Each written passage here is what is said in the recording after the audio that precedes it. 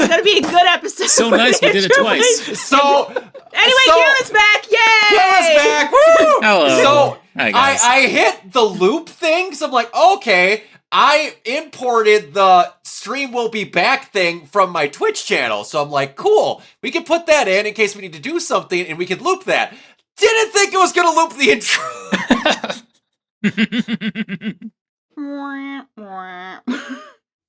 66 episodes in, and we're still doing fantastic. All right, yeah, Kiona's back. Because we're professionals. Does that mean that next week or the next episode that we have is going to be The next episode is going to be 68. I'm just going to I'm going to pull what restaurant did that? I think you should. I agree. I concur. A restaurant, I want to say it was In-N-Out. I concur. We don't need this heat. Yeah, we don't need it. A burger joint literally took the number 67 out of their order tally so that people can't call it out. I can't remember what chain it was, but it was a major chain, and it made my day. Seth is like, no, you fucking idiots. You did it. Well, I think 69 is going to be a nice episode. It was In-N-Out. Thank you, Irene. It was In-N-Out. Okay. It's going to be very nice. Yes. So, almost. My favorite one was the Grinch that basically did a reverse Uno card on the two kids that came up to him. The Grinch at Universal. The kid went up to him, he's like 670. He's like 89, and the kid was like, "Aww." just shrugged his shoulders and walked away. Amazing, amazing. Yes, but all right. We should do that to some poor kid. It should be Megatron. They have that talking Megatron thing. It should be Megatron. Like Optimus will sit there and be like, "Yes, child, 6'7", and then Megatron just comes in there and he's like, "Do you know what I think of your 6'7", child?" Those are some of my favorite things to see on TikTok. Whoever gets to do those has the best so job. Funny. I've said I have two dream jobs. I have two. Hold on. A voice actor and getting to be the Grinch at Universal. It would I think that'd be the best job on the planet. Oh my god. That does sound like a lot of fun. Oh, No, 100%. It would, especially around Christmas time. Hell yeah. Which, speaking of which, I have something very special to show. I did get some things from Geo. I don't have them right with me. Because we're on the subject of Universal, I got a little Creature from the Black Lagoon plush. So that was nice. But also, cool. Friend of the show, Like Heisers, he just did a con this past weekend. And Really? I kind of inspired him to make this piece, and he sent it to me. Ooh. All right, you ready? Yeah. I am absolutely ready. I'm kind of scared. I'm a little scared. Oh my god.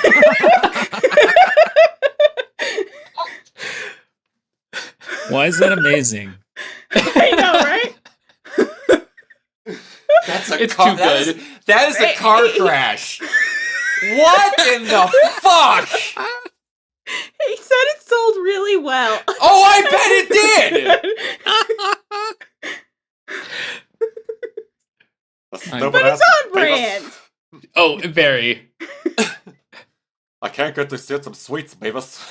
But see, this is why I'm a terrible influence on people. Because abominations like this That come is out. that is fucking terrifying. That is And the thing is, actually because the fact it's on model makes it worse. Yeah. Yes. that is terrifying. That's gonna I'm going to have nightmares about that. Yeah, just We don't that's those eyes. The eyes are what do it. All right, let's get on with our weeks here. Mike, how was your week? It was a week. Busy at work, but luckily I've got some time off next week for Nice. Christmas. Over the weekend I've just been buried in anime because we've got the fall season podcast coming next week. Which I have to watch some of that on because I've been busy and bad about it. Nice. Or a Bree. So yeah, I gotta still watch a butt ton of anime because I've been super busy with freelance work. The big project I was done got released on Friday. It has over 230,000 views, so Nice. That's nice. that's cooking. I'm gonna try to get back to Congrats. Hades. Thank you. Been decorating, and I'm having this weekend my second scene review. So it's a little like I'm excited, but also I'm a little like I wouldn't say scared, but like trepidatious. Well, here's the thing. So the nature of like my mentorship and everything, we can't like give like a heads up far in advance because we're supposed to read it like raw and in person. Yeah. And it's kind of like a lot. And I'm like, how are people going to react to this in real time? So it's not that I'm proud of it. It's like, yeah, because I can't give trigger warnings. So that's going to be fun. Ooh. Yeah. Okay. But other than that, it's been, Hanukkah holiday vibes. And in honor of the new Spielberg trailer, I have Nice. So other than that, it's just kind of been like Bree does things. Nice. Cool. Nice. Yeah. I have been streaming. That's been going on. Started Alan Wake finally. It's really Alan Wake 2 finally. Liking it quite a bit. Yeah. Had the Game Awards. We're gonna talk about that later. Got to see some trailers, did some fun stuff. Another Gachiakta episode came out this weekend. That show just continues to be a fucking 10 out of 10 every week. Cannot even explain. Just everyone just go watch the show. Oh, I can't wait. And it's inspired my next cosplay. It's going to be like, I've worn trench coats, like an arm prosthetic, a wig, and like a necklace. That's like the most I've done for extensive stuff, or like boots and like regular clothing. So at one of these points, I was like, I need to do something that's a little bit more. I need to try. And then like, I really should do something from a show that I actually think is probably going to be on for quite a few years now and is insanely popular that I actually happen to like quite a bit. So I'm like, all right, we're going to do it from Gachiakata. And then the one, I put it up to vote because there was two options that I had. And it was one that was really close. Trust me, I'm very excited for it too. But then I was like, all right, so I put up 2 votes, and one was a character named Zanka, who is kind of like more like a Japanese kind of like monk sort of character. And then there's Engine, who is a punk rock deviant with an umbrella weapon. And the punk rock deviant won out. So now I go from basically the hardest thing I had to wear was a wig to now I have to get fake tattoos, fake earrings. I have to get and like colored contacts. So I'm like doing basically every other thing that I did not do in all the other ones for this. But yeah, I'm quite excited. And I found everyone to do everything that I need to do for this. I just need to wait until next year when I'm done paying off all this heating and cooling shit to start on it. So quite excited. Depending on when it works out, you're probably not going to see it until November. Except FX, yeah. I'm going very slow. I'm excited that I'm even trying fake tattoos and contacts, let alone earrings as well for this. So this is going to be a lot. But anyway, all right, yeah. So let's get going about our. Can you ask cheeseburger? Thank you. There we go. All right, so we have some stuff to talk. I am very thrilled as well. You better still be trying to do a Norday by the well. I know you have other things going on, Irene. Oh, like by the way, Brock. Yes. I know I haven't been on in a while, but my week was nice. Did I not do you? Yeah. Oh my gosh, I'm so sorry. Hold on. Nope, we're doing. It's okay. Don't worry about it. No. Don't We're worry talking about about your week. Damn it. No, stop it. Stop it. Okay. All right. So my week was fine. My week was fine. I haven't been on in a while, so he got used to it. He got used to not having me here. But anyway, so yeah, my week was good. I did the Game Awards with Brock and Josh and Helen, and that was a lot of fun. We ended up talking quite a bit about a lot of things, and that was good times. Catching up with Josh a little bit too was fun. Also, Pringle and I are going through Star Wars in release order. Nice. So not in the not doing the prequels first. We just did Attack of the Clones today. We just watched that. So that's fun. Pringle, for anybody who doesn't know, is a person named Ghost Pringle. That's her handle. And, so Excuse me. Yeah. Anywho. Yeah, so That's been going on. What have I been playing? I've been playing COD Zombies a lot, even though Black Ops 7 sucks balls, but at least Zombies is still fun. Hey, apparently they're not going to go back to back with Modern Warfare and COD anymore because it didn't do good. So. Yeah, it did not do I good. wonder why. I wonder why. Could it be because, okay, so remember how I was like all excited because I was like, okay, they're going back to the future stuff and they're going to have a campaign. That's good. I'm happy about it. The campaigns suck now because all they are is just previews of the multiplayer and the end game stuff. They don't even put any work into the campaigns anymore. Don't you love a campaign you have to queue in for and you can't pause? Oh, it's garbage. Complete and utter garbage. Oh my god, what that is happening? sounds like bullshit. It is. Remember how in like Black Ops 3 even, which was not considered the best of the, and I loved it, but it wasn't considered the best one in the series until 4 came out and until like, they did a whole bunch of stuff. But like, at least that had a fully featured campaign and had like NPCs fighting alongside you, and it felt like you were in a Black Ops game or a Call of Duty game. Yeah.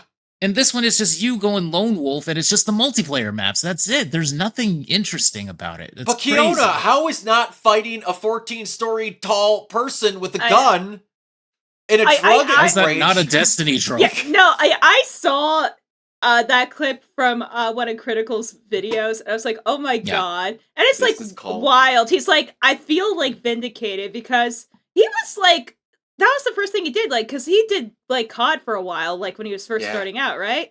Yeah, he did multiplayer stuff for a while when he first started. It's insane.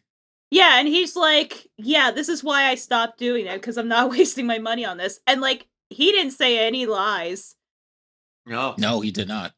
I am also playing through Veilguard, and I'm trying to get through Control, and maybe I'll get through some more of Alan Wake 2 eventually, because I do want to be on that podcast. I want to try to at least be on that podcast. It took me a while to get into it, I will admit, but I like it. It took me a little bit. It's a little bit rough at first. The opening is a little bit rough. Yeah. But okay, there we go. Nice. We're done. I was so used to just having the three of us for so long. Well, now we have good before we go to the bad. Yeah, before we get into the real bad shit that we've got going, because we've got some fun topics to talk about today. Yeah, we do. Alrighty. Before we get going, I love looking at these lists and seeing things that I didn't see before, like the second one Mike has on the podcast. Yeah. But by the way, did you guys read that Verge article that I sent? I was dying. Oh, that was insane. I didn't think I got a chance to.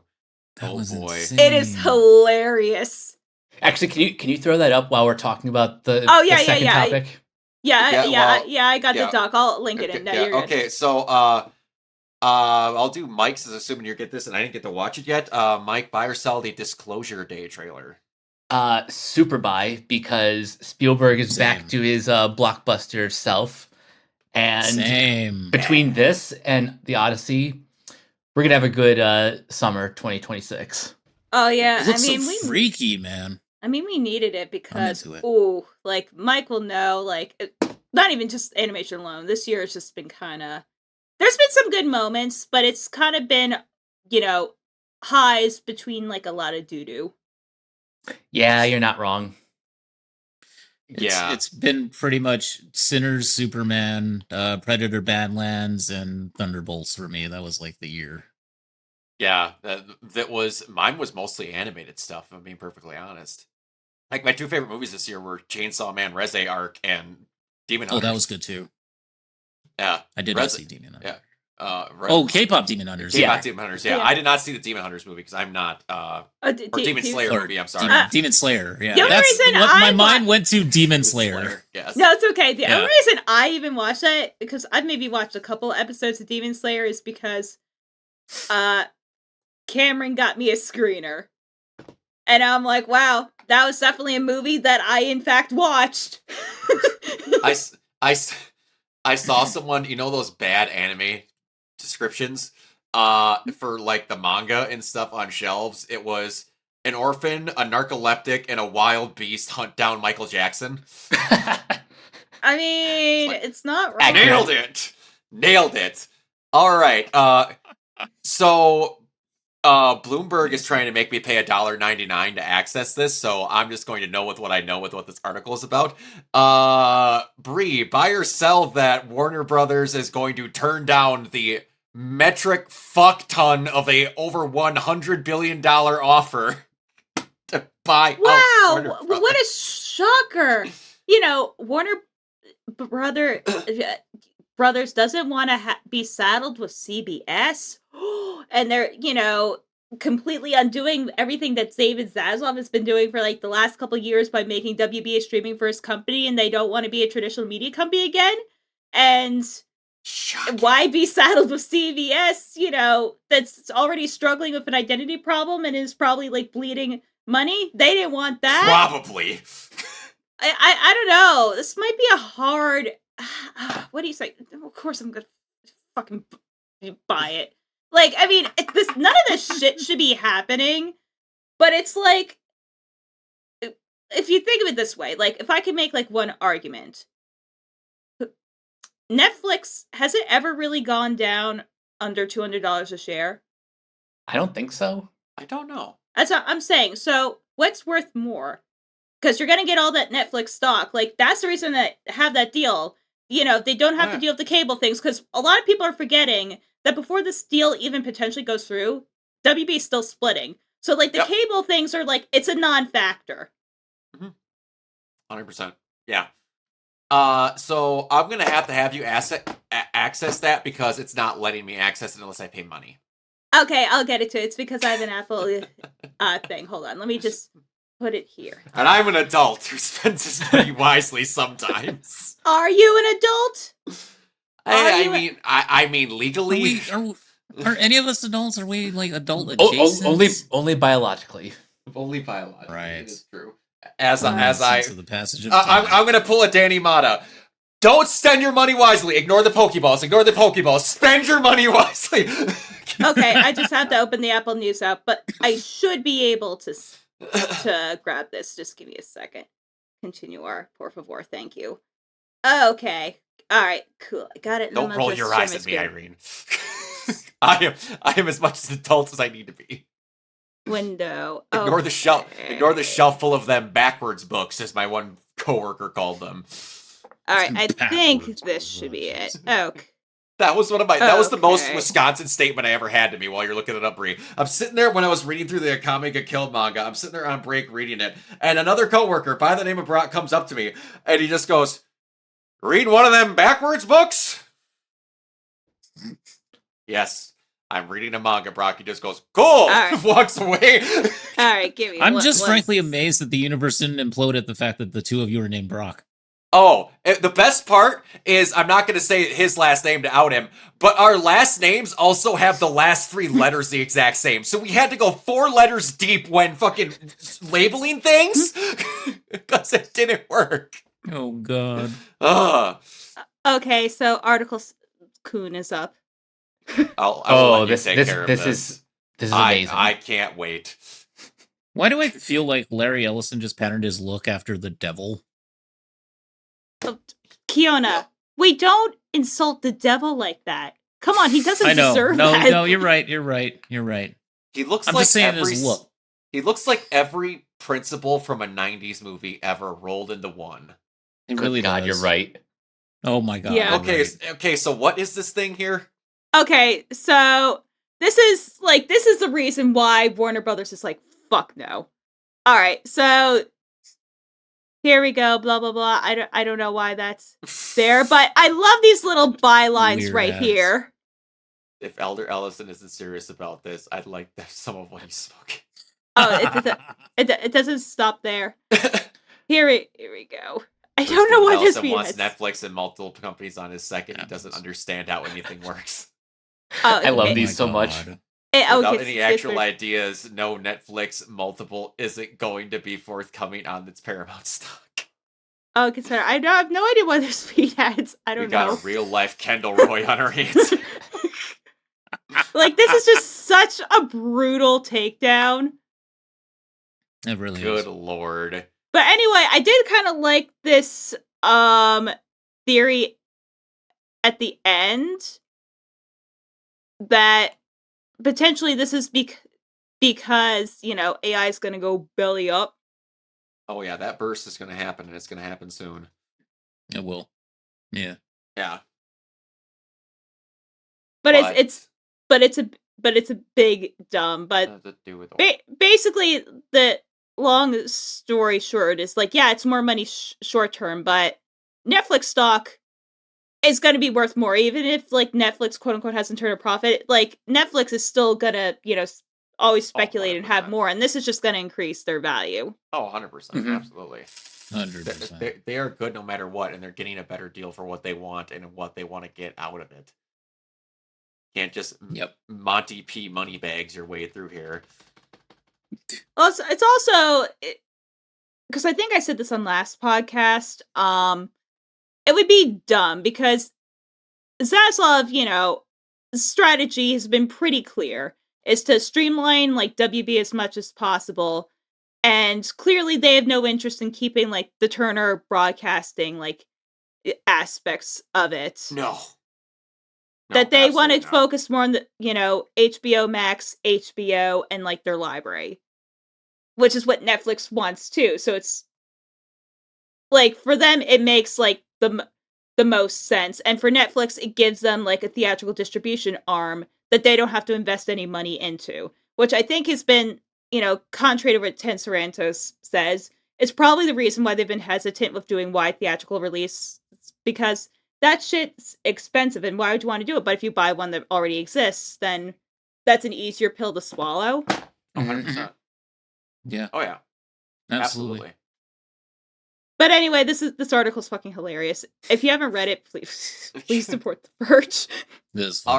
All right. I'm going to say buy or sell to this to anyone who actually got to possibly see it. Did anyone here get to see that teaser? No, but no. I am seeing Avatar: Fire and Ice on Saturday. Okay. And hopefully they actually get to play it there. Hopefully. Yeah. Hopefully. If this, I guess buy or sell to the strategy, I guess I'll do one for once. I don't get it. This is a very weird thing that they're doing. Like, it's the idea that it's just like four different trailers playing at like random times.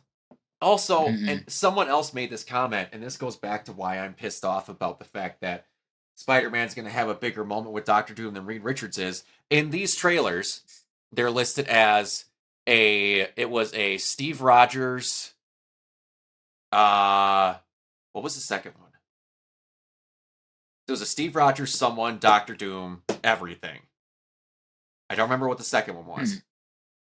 But do you notice how the Fantastic Four is not in any of them in a movie about Dr. Doom? Yeah, that's a problem. That's going to be a very big problem. That shouldn't be. Well, as we can see clearly to another story that happens later in the doc, Disney doesn't know what the fuck it's doing. No. I have a word like that. Here's the thing. I think this movie is going to be genuinely good, but I think that the pivot to Doomsday for the sake of it's going to kick them in the ass later on down the road. Oh yeah.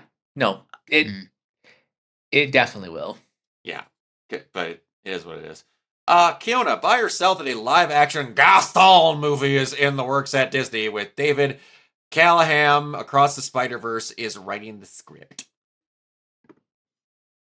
I think it could be interesting. I'd say cautious buy on my part. Yeah. I mean, I'd certainly like to see something about Gaston because he's pretty entertaining. So yeah.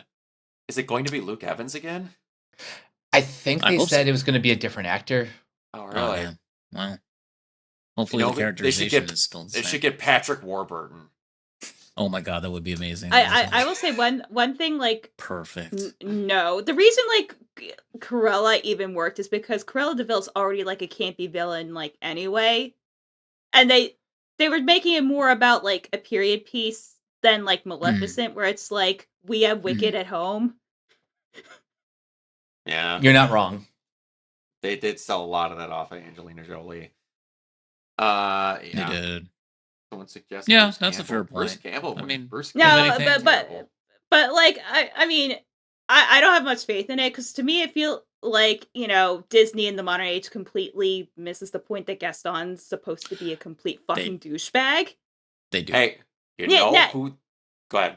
I'm like, now if they just make it where he's just like a douchebag, like the whole time, I'm like, fine, but it's like, yeah, Gaston's supposed to be like a jock stereotype, like he's supposed to be like a douche, which is why, his eventual villain turn, the gradual like escalation of like, oh, she's just turning him down, turns like actually kind of fucking terrifying. Yeah, it is. Because he can't take no for an answer. Yeah. I would say if they kept him as a villain and did not like try to redeem him, but that they're gonna try to redeem because that's what they do. Yeah. I don't know. No, so Kiona, I could go either way on it. Kiona, you know who they should cast to make any movie work? Noah Centineo. Damn right. Noah Centineo. Get his ass out of the Game Awards and put him in as Gaston. There you go. If you can do Ken, you can do Gaston. Exactly. Or if they want a douchebag that doesn't take no for an answer and gets the girls he thinks he wants, they should just get Pete Davidson. Oh my god. Oh my god, why would that be? Why would that work? God damn it. I hate this. I hate it. Isn't it great? I hate it, but it's so perfect. Can you imagine fake muscles Pete Davidson being Gaston? There's only one other person on this planet that would be maybe a better casting choice in some strange way. Not a better casting choice, but if you want to cast a douchebag, I'm not going to say it. I will not put that out into the universe. I'm not going to say it verbally. I'm just saying that, yeah. You should send it to us in a message. I won't say it. In the private chat. Okay. Send us in the private chat. I just want to see who it is. I won't say it. No. But I'll give an audible reaction. Oh God! No! That would be perfect. That would be actually perfect. I hate it. I love it, but I hate it too. I don't want it. I don't want it. I'm not going to say it, but I actually am telling you right now, they factually can't cast it better than that. I know. Wow. I know, but no. Absolutely not. Thanks, I hate it. I like that 10%. I hate it too. Wow! Kiona, you just might. Kiona, you are never going to do a better casting call in your entire life than that. I hate it. I'm just going to tell you that right now, that is exactly perfect. it's right now. All right. Buy or sell that Jared Bush wants Keanu Reeves to appear in Zootopia 3 if it happens. My son begged me to ask Keanu Reeves to play an assassin named the Baba Llama, and I can't imagine a better cameo. Fuck yeah, I buy this. Yes.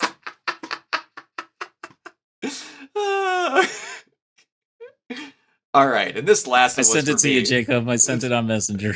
All right, this last one's for me. Brock, buy or sell that Gachiakana without an official announcement has apparently been greenlit for a season 2. Yes! I buy that all fucking day long! Gachiakana, is that Bones or who is doing that Bones. It's Bones. Oh, Bones. It figures because my Hero just ended, so... That's going to be their new baby. That's what I'm saying. Because, for the heavens, it's like... And if that starts getting all the money that they were putting into My Hero, you're never going to hear me shut up more than I already know shut up. You know what's crazy about Bones? The run that they've had the last 15 years? Because, let's see, they had Brotherhood, right? That ended, and then, a couple, 2 or 3 years down the line, they got My Hero. Now they have Gachiakana. How do they keep looking out like this? This year, they had the last season of My Hero and Gachiakana out at the same time. Damn. Well, I think the favorite... Gachiakana's going to end, a week and a half after My Hero does. Well, My Hero just literally ended, so... That's what I mean. The next episode of Gachiakana is this weekend. Oh, it is? Oh. Yeah. For some people, anyway. The dub is 2 weeks behind, but yeah, it's... Oh. But yeah, they just made it out. Well, I think... Hello, everyone. The reason Bones is able to keep of quality is, have they ever really done, like, a weekly anime, like, long term? Haven't all their shows been seasonal? I think so. I think, I like, the think. last one that they did was Brotherhood. Still, And that they was, should like, make a game. They should make a Gashiakin fighting game. Yeah, I will 'cause- lose my shit. Because I think Brotherhood had, what, like, Maybe they won't. 62 Yeah. episodes, and that was weekly, but that was, like, back in 2009, 2010. Yeah, something like that. It's nuts. Speaking of, we're almost done with it, but there's something that about anime that I'm figuring out now that really pisses me off, and it's a stupid way they classify things. So this happened with Black Clover, where they're going to be starting Black Clover again, and it has like 170 episodes, and they're like, we're just starting season 2, and it's been officially announced that season 1 of One Piece is going to be ending with over 1,150 episodes. It is not just one season. It's been on for a quarter of a fucking century! That boils my piss to a degree I cannot even describe! It's so stupid! I had to explain to someone earlier on Facebook why they're like calling it that, because One Piece, unlike seasonal anime, has never really taken a break outside of like once in a blue moon. Yes, but now it's going seasonal, so it's considered not a season. Fuck off! No! You do not get to have one season be 1,150 episodes and then the next one be 56! That is not how that works! But you know what? Maybe I might get in the One Piece again, because one of the reasons that I, like, and I tried One Piece, like, multiple times. I remember it was, like, right as they were rescuing Robin, they had, like, Luffy and them, like, jumping down to rescue there, and they kept doing the recap, and, like, every single week for, like, 7 weeks, and maybe, like, 10 minutes of new animation. I will not fucking miss that. Irene, to be fair, it boils my piss to a degree I cannot even describe, was the quote. Okay, for those that don't know, a lot of these people in here are my con friends from Minneapolis, Minnesota area, and we have a Discord server that has an out of context. So every time something gets added in it from this podcast, I see a blip come up. Something that's been said. All right. Anyway, yeah. Oh, I just love the thought of like, yeah, it's like you gotta watch it. There's a great stretch of episodes in season 1 where around 500 to 550.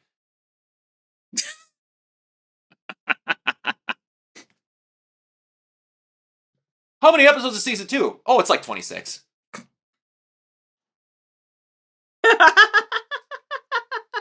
My favorite thing is watching people take the full and complete run of JoJo and setting it on a table, and taking the full complete run of One Piece and setting it on a table and seeing that it's about half the length of JoJo. And about 10 times the amount of episodes. Good lord. There's one scene, just skip season 1, it's mostly filler. God damn it. But my buddy Chris, who's caught up on One Piece, reading and watching. How, I don't know. There's a scene where a guy shows up on a dock. It's a single panel. They turn that into 10 minutes. What? Yeah, that's how just... The big with seasonal changes now there will be that there's somehow have to complete an arc within a yearly season. And that's going to be the best thing to ever happen to that show, because it'll do something to cut out the useless amount of fucking filler that Toei mandated beforehand. I mean, thank God. Like, that's going to be better for their pipeline. And I'm glad, Fucking like, it will be. because I'm pretty sure they've been probably pushing this for a while, because they have a lot more, you know, these freelance and, like, you know, Western people working on it from, like, you know, the non-anime pipeline. And it's just, the way anime works now, I'm sorry, unless it's, like, a family sitcom show, having, like, a weekly show just doesn't fucking make sense anymore. No. It really doesn't. It really doesn't, and you don't need it. Like, I'm not saying you have to wait, you know, roughly 15 years in between seasons like Stranger Things, but like I don't think you can confidence to say the one or no, I can believe it because I saw the episodes of how much that Wit Studios thinks he's just going to take, and I trust that a lot more than the filler-filled disaster piece that we got from the guy who used to mandate all these weekly episodes out of Toei. Yeah, I don't know what's worse. Like, I know One Piece has some bad filler, but... And I haven't watched all of it, but I could say from my experience, the original Bleach anime, like, almost half of that show is filler. Are you saying you don't like the episode where they make a music video? Yeah, I don't know. Look, some of those I did like, and I'm one of the person, like, I will defend the Bound arc. Because I think the Bound arc, even if it didn't do everything perfectly, tried to do something new and play with new concepts, and tried to make it work within the timeline. Yeah. Veritas, that's because they aren't going to start it until the other one's done, and they have other anime happening. I wouldn't be talking about it either. No, but There's I nothing still... to talk about. Oh, you want to be old? Brock, do you remember Data Bio fan subs? Yeah. Do you remember, like, the one episode, I think it was the episode of, like, the Elvis impersonator in Naruto, and, like, the fan subber wrote, "This episode made me want to die in a house fire." Yeah. Oh, the good old days. Yes. All right. Let's get on with other topics here. The Game Awards happened last week. If anybody wants to see they did. Me, Kiona, Josh, and Helen's live reactions, that is over on my YouTube channel, all 4.5 wonderful hours of it. Yes, yeah, so that is there. But anyway, so we're going to talk a little bit about some of the games that, like, were big names that came out. Cade shares our sentiments about that. Who did you want to win? Who did you want to win? Yeah, or Cade, which who game did you want to win Game of the Year? Yeah, which one did you want to win Game of the Year? I don't know if they ever told me. But curious about that. Curious. Yeah. So, we're just gonna go through some of the bigger names, and I'm gonna show some of that. Not Claire. So, agree. We're gonna go through some of the games that we liked, and we're gonna show some stuff, and I have to show you. Propaganda stream. Do you mean the French propaganda stream? Oui. I feel like it'll struggle with the live action taking a long time in terms of aging. I don't really have an opinion on the live action Percy Jackson, but from what I heard, it was good and Edge is in it. So before we get started, I have to show something. Anytime I get to make fun of Grums is a treasure to me, so I have to show this. Nope, that's not what I wanted. I can't believe the Wokies are mad that they made Lara Croft feminine with eyelashes and makeup. They really did make her AAA ugly. What did they do to my Tomb Raider? What? What? He's literally telling on himself. Good lord. Yeah, what? Here's what I think happened. He thought he was logged into his alt. I just love it so much when I see people do shit like this when they act like people don't screenshot things. It just makes my day. It's like, how do you not think that we don't have this? It's like, bitch, that on there forever. Antique is his Twitch password. All right. Anyway, so guess we could start there. So me and Kiona are a little bit very come out. Really looks like what they came out when they. No, I don't feel it's like that. I will say that, Veritas. I think that's a little bit over-exaggerated. I mean, I think if anything, I'm not the biggest Tomb Raider junkie. I think I'm like, yeah, that's Lara Croft. I think she's just kind of conventionally pretty. Like she's just never not been a supermodel in any game she's been in. Yeah, that's true. I mean, if anything, I think it's more to her original design. Yes. Than versus the reboot, but it's like. Yeah. Okay, they gave her eyeliner. Yeah. I mean, I honestly, I don't really give a fuck enough to complain about it. Like, of all the things to worry about, she's just less dirty. Famine, floods, the economy. Like, that's the thing that's gonna keep me up at night. Yes. Lara Croft having makeup. Yes. So the thing of it was that, like, First of all, they got Alex Wilton Regan doing the voice, which is amazing. Fantastic. It's fantastic. Also, I just think, like, me personally, I was a big fan of the Survivor trilogy. I really liked it. I thought that they did a great job. I thought Camilla Luddington was a really good Lara Croft, in terms of the game performance and the vocal performance and everything. It was nice to see her get some recognition because I feel like a lot of people have sort of turned against that trilogy. Like the first game was pretty solid. Emotions. Yeah, and then like people started turning against it eventually, and then when Shadow came out, they were just like, "No, she's too much of a murderer. She's too crazy." Blah blah blah. I'm just like, well, they did an interesting sort of perspective on her trauma and stuff, and I thought that was good. Anyway, she also killed a shit ton of stuff in the other games. It was just like dinosaurs. Yeah, exactly. It was just more like it was back in the day when they weren't so realistic. Nothing was realistic back then. Yes. I mean, in terms of like the visual style and everything, like not to the point that we had. You mean triangle boobies? Yeah, exactly. Triangle boobies. Yeah. Yes. But like, boy, we lived through that whole time period. Anyway, Cybertruck up there. Let me tell you. But like, it was nice to see Camilla get some flowers on Twitter 100%. And through social media and stuff like that. And then eventually she and Alex exchanged messages with each other. Oh yeah. And it just made me feel good because it's like, okay, these games are still part of the canon. They're still part of Tomb Raider's history. They're not wiping them out. They are part of what makes Lara tick. And I like that. So yeah, okay. I feel better about it now than I did when it was first announced. Because I was like, well, wait a minute, what happened to the other games? Are they part of this? Because like people are pointing out, because like in the remake for the 96 or 98 one, she has the necklace that she didn't have originally that is from the Survivor trilogy.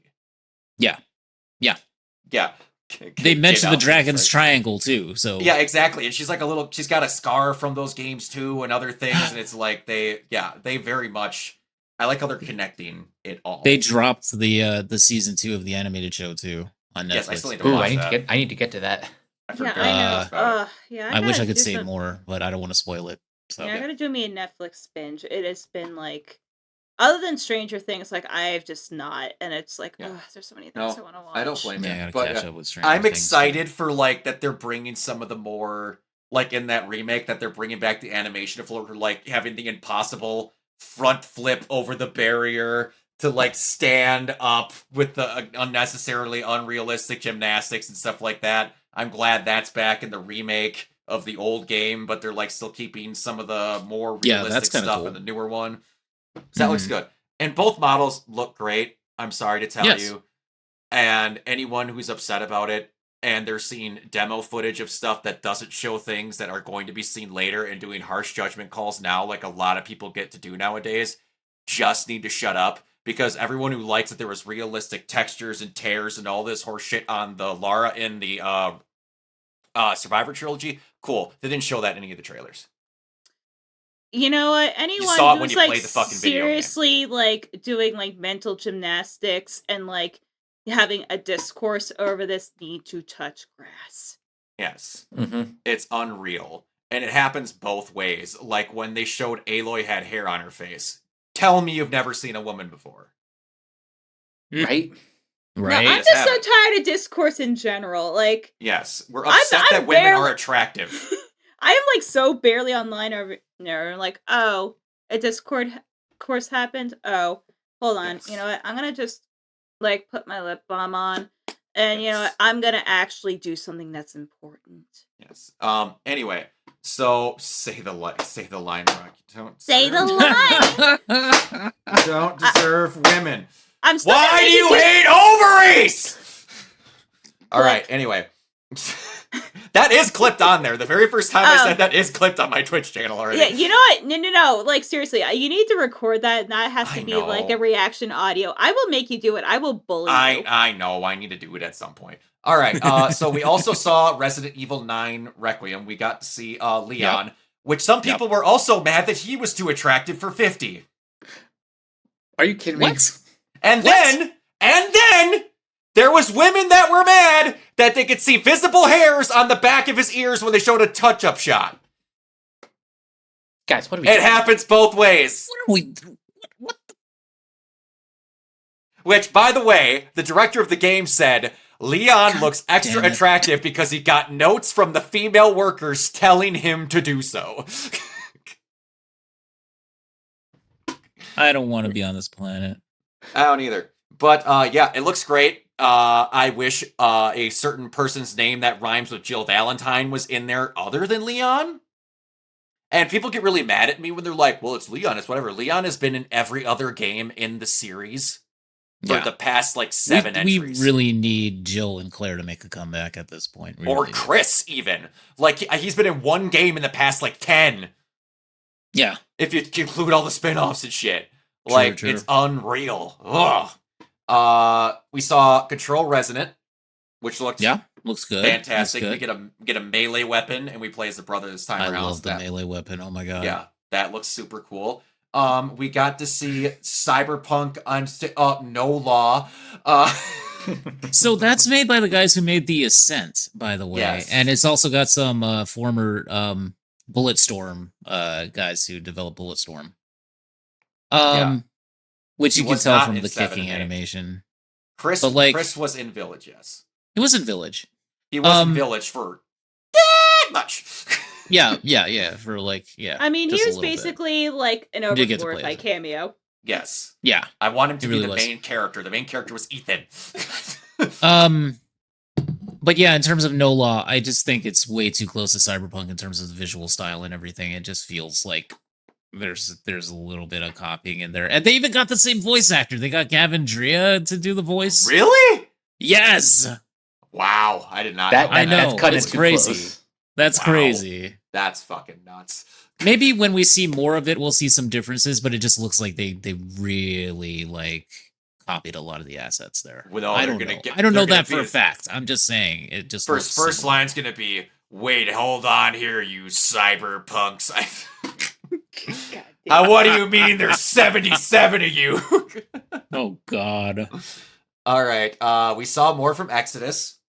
That to me still looks cool. I'm still weird hearing McConaughey in a video game. We got to see Exodus looks good. The trailer for Fate of the Old Republic. They should have saved that for the end. That should have been the end one. Yeah. That should have been the end one. That should have been the end. I actually can't believe that wasn't the end one, if I'm being perfectly honest. I can't believe it either. I can't believe they let off with that. That's like insane. Yeah, because that's the biggest surprise they had. It really was. It turned out to be the biggest surprise. I was like, well, you're setting the bar really high here, Jeff. Like, yep, and like the show wasn't terrible, but nothing reached that. No. At all. Not even close. Yeah, then we had Ace Combat, which looked cool. Warhammer 40K. The Total War 40K looked great. No, I take that back. Cool. One reached the height. Okay, of one it, did. And it was that Divinity trailer. Divinity. That was ape shit, whatever you want to call it. Amazing. That was everything. I love that trailer. I don't know. I felt physically uncomfortable. It was Wicker Man. It was Diablo. It was partially Kingdom Hearts, a little bit in there. You know, when they yanked the soul out of Sora. My favorite thing was I really enjoyed that. Even when I would forget the joke, and you would see Mike in the comments going, "No, this one's gonna be Dino Crisis." Keeping that joke alive made my day. Amazing. Yeah, look, when they do a new Dino Crisis, I think Brock will just be dead. He will just be gone. I'm going to tell you now, the day I die, the next Game Awards show, they're going to announce Dino Crisis. Probably. We are going to get a Conker's Bad Fur Day sequel before we get a Dino Crisis game. Oh my god, so true. So true. We're going to get Half-Life 3 before Dino Crisis. I believe that, and we're going to get Half-Life 4 before we get Dino Crisis. Shit. All right, we saw the new Diablo, which it looked cool. I just hate the leveling system in the game. Otherwise, I'd play the shit out of it. The new Forest, which is like now Space Age. Weird. Yes. I thought that was not it at all. Yeah, Donkey Kong Bonanza as a family game was kind of but yeah, Nintendo was going to win something. Gang of Dragon looks really cool. I thought that looked pretty cool. It looks all right. It looks all right.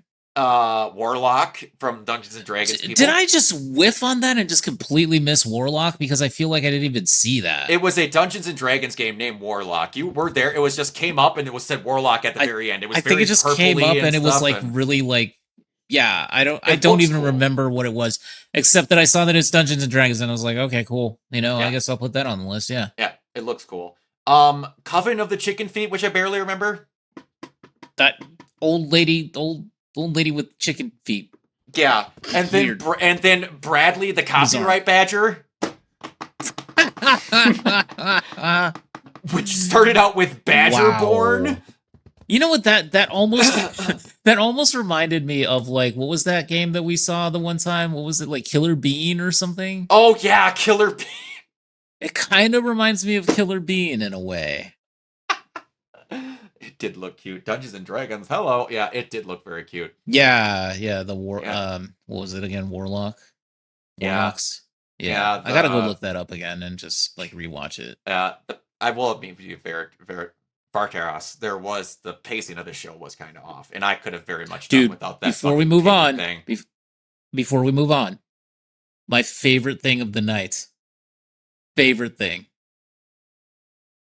Street Fighter. Oh, the trailer's a topic discussion later on. We're talking about that as an actual topic. We're not skipping over that. Trust me. Okay. No, but like my biggest thing of the Game Awards, and I don't think this is a controversial thing to say, is that Jeff needs to stop overhyping shit. Because, he does. And almost God, like some of this stuff, like, when they made that Harry Potter announcement and the room was like dead silent. Yeah. Like there was like nothing, like I'm not saying, because I know it's a for-profit game show, obviously it's pay to play, but Jeff and like the other producers just need to fucking read the room more. But there is that, but there is also some where like he gets legitimately excited for a good reason, and then people just don't like the game that's there. Like last year when Okami came back and Jeff was borderline crying because that series means a lot to the gaming community as a whole, but everyone who just plays ball and gun game went, what the fuck's this stupid artsy fartsy fox game? Blah, blah. So it goes both ways.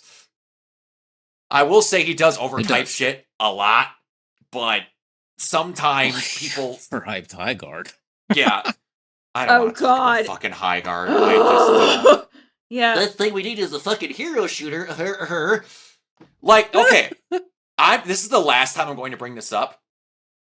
At least Concord tried to do something cool. Yeah. They were going to have animated segments about their characters' backstories and actual like cutscenes every week to do something. It didn't do well, but at least they tried something. And it didn't just go, what if we looked like Overwatch and had some horses? All right, so we have some more stuff about Resident Evil that I had to bring in here because I thought it was kind of cool. It's got one unified story. Leon and Grace have split sections. They're both playable, like it's dead even. The structure is similar to Resident Evil Revelations, which makes me very happy. Grace is the biggest scaredy cat in Resident Evil history, apparently. Leon is a seasoned veteran. Leon will push to his limits more than before. Leon is a Kyoji, a cool and attractive older guy. I believe that. Grace's gameplay is based more like RE2. Leon's gameplay is more martial arts akin to the RE4 remake. It's a balance between scary and survival horror segment, or scary and action segments. And there's going to be a new gameplay showcase in January. This game was inspired by David Fincher films. Huh. Okay. They wanted to feel... Yeah. They wanted the feeling of the two different gameplay things to feel like jumping out of a sauna into a cold bath. Leon is empowering and comforting. The devs worked very hard on the pacing. And they're unclear if Leon's Porsche Cayenne Turbo GT will be playable or just in cutscenes. Oh my god.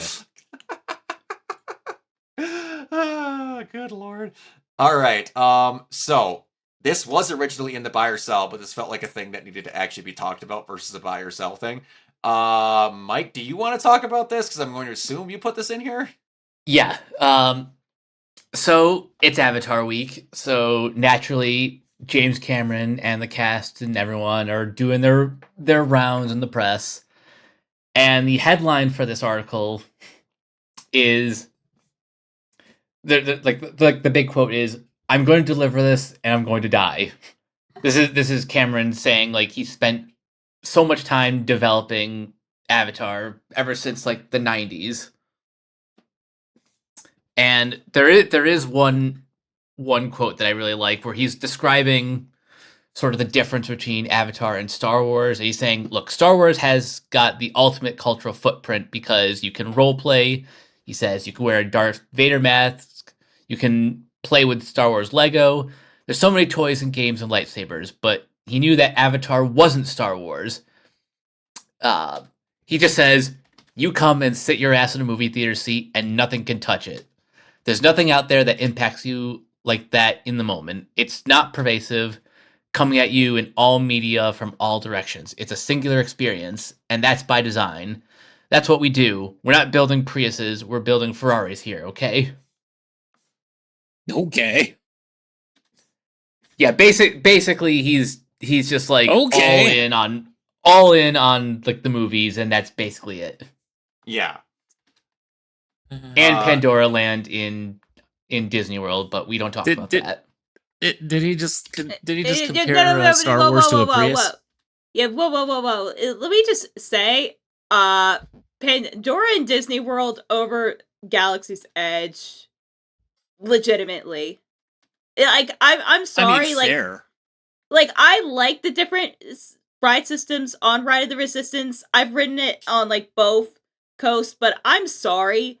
Flight of Passage is a goddamn masterpiece. There will never be a better motion than that, and it's, like, so slow-paced. Right, and it's just, like, a vibe ride.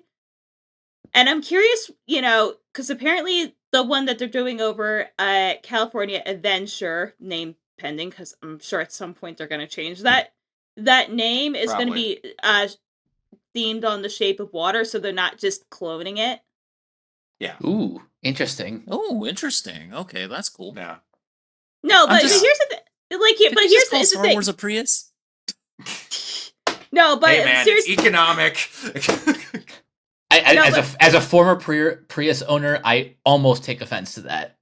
Aw. No, but wow. For real, yeah, like, Galaxy's Edge, like, so much of it got cut. It's just like an overglorified, like, shopping mall where, like, Pandora has two decent rides. Honestly, the food's a lot better, like, in terms of the variety, because Cameron was, like, very insistent that there was, like, vegan options, so it's probably, like, one of the better vegan places at Disney World, or if you just prefer fish, and if you don't want to eat, like, meat all the time. Like, yeah, I'm sorry. And then, like, at night, it's a lot prettier. Like, it has, like, the bioluminescence. Like, it is the chillest place out there.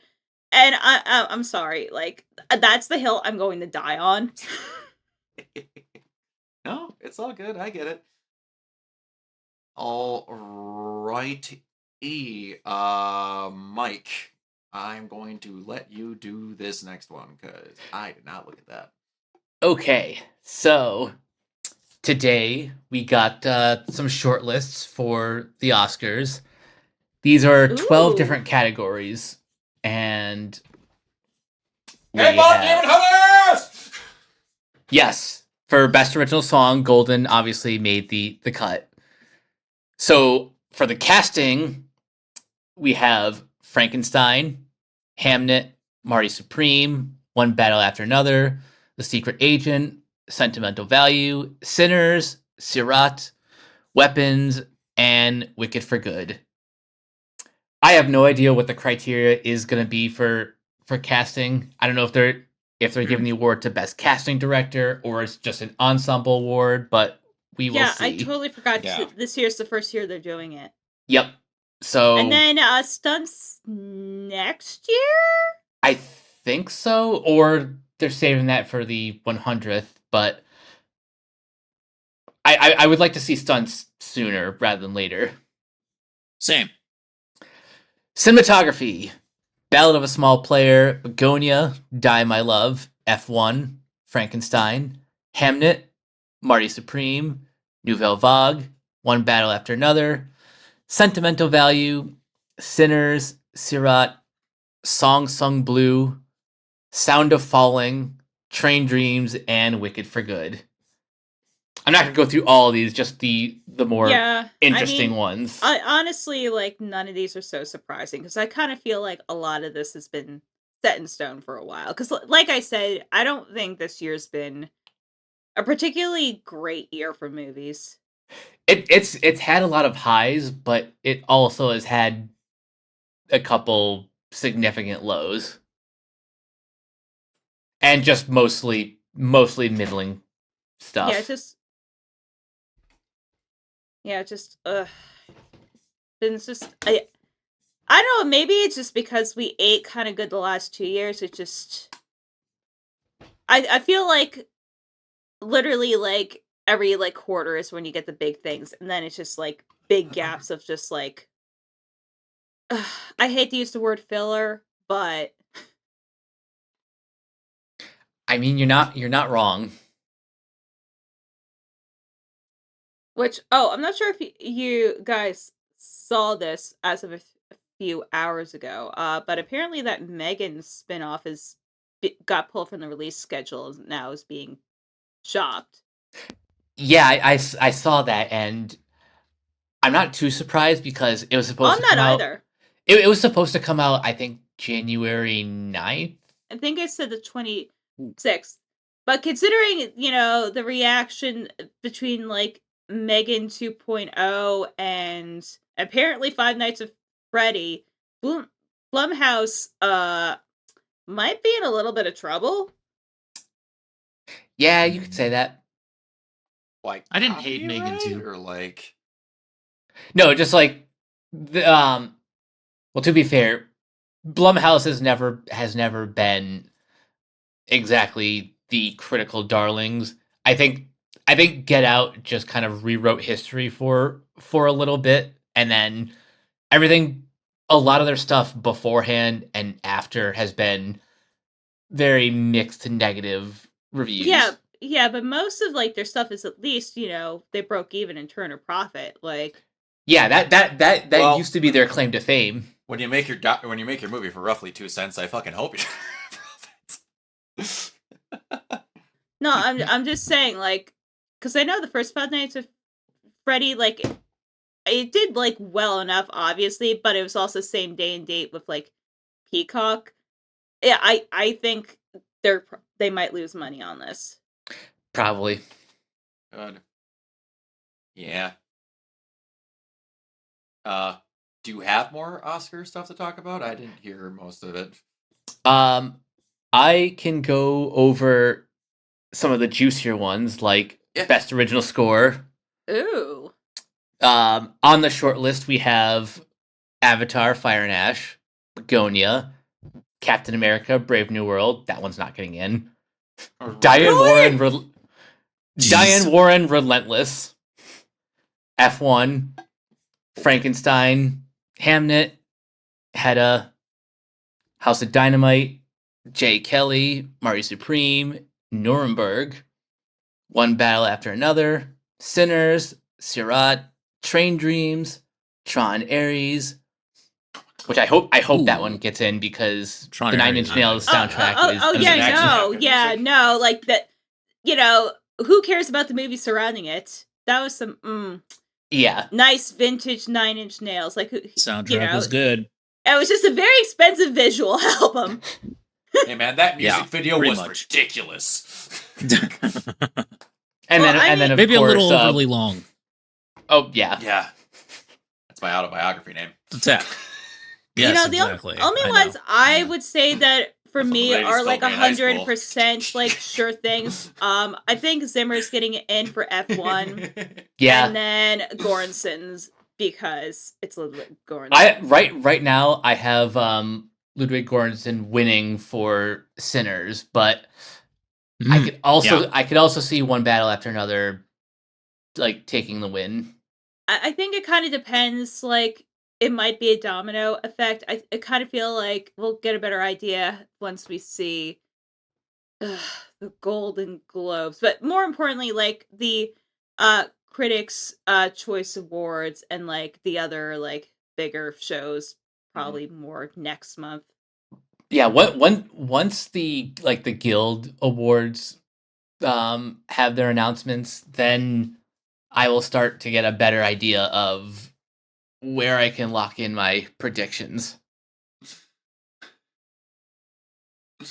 Yeah, I get it. I just have a picture for our next topic lined up. Oh, I know the picture you're gonna use. Yep. It just I have an makes idea. me so happy. I have no idea. It makes me so happy.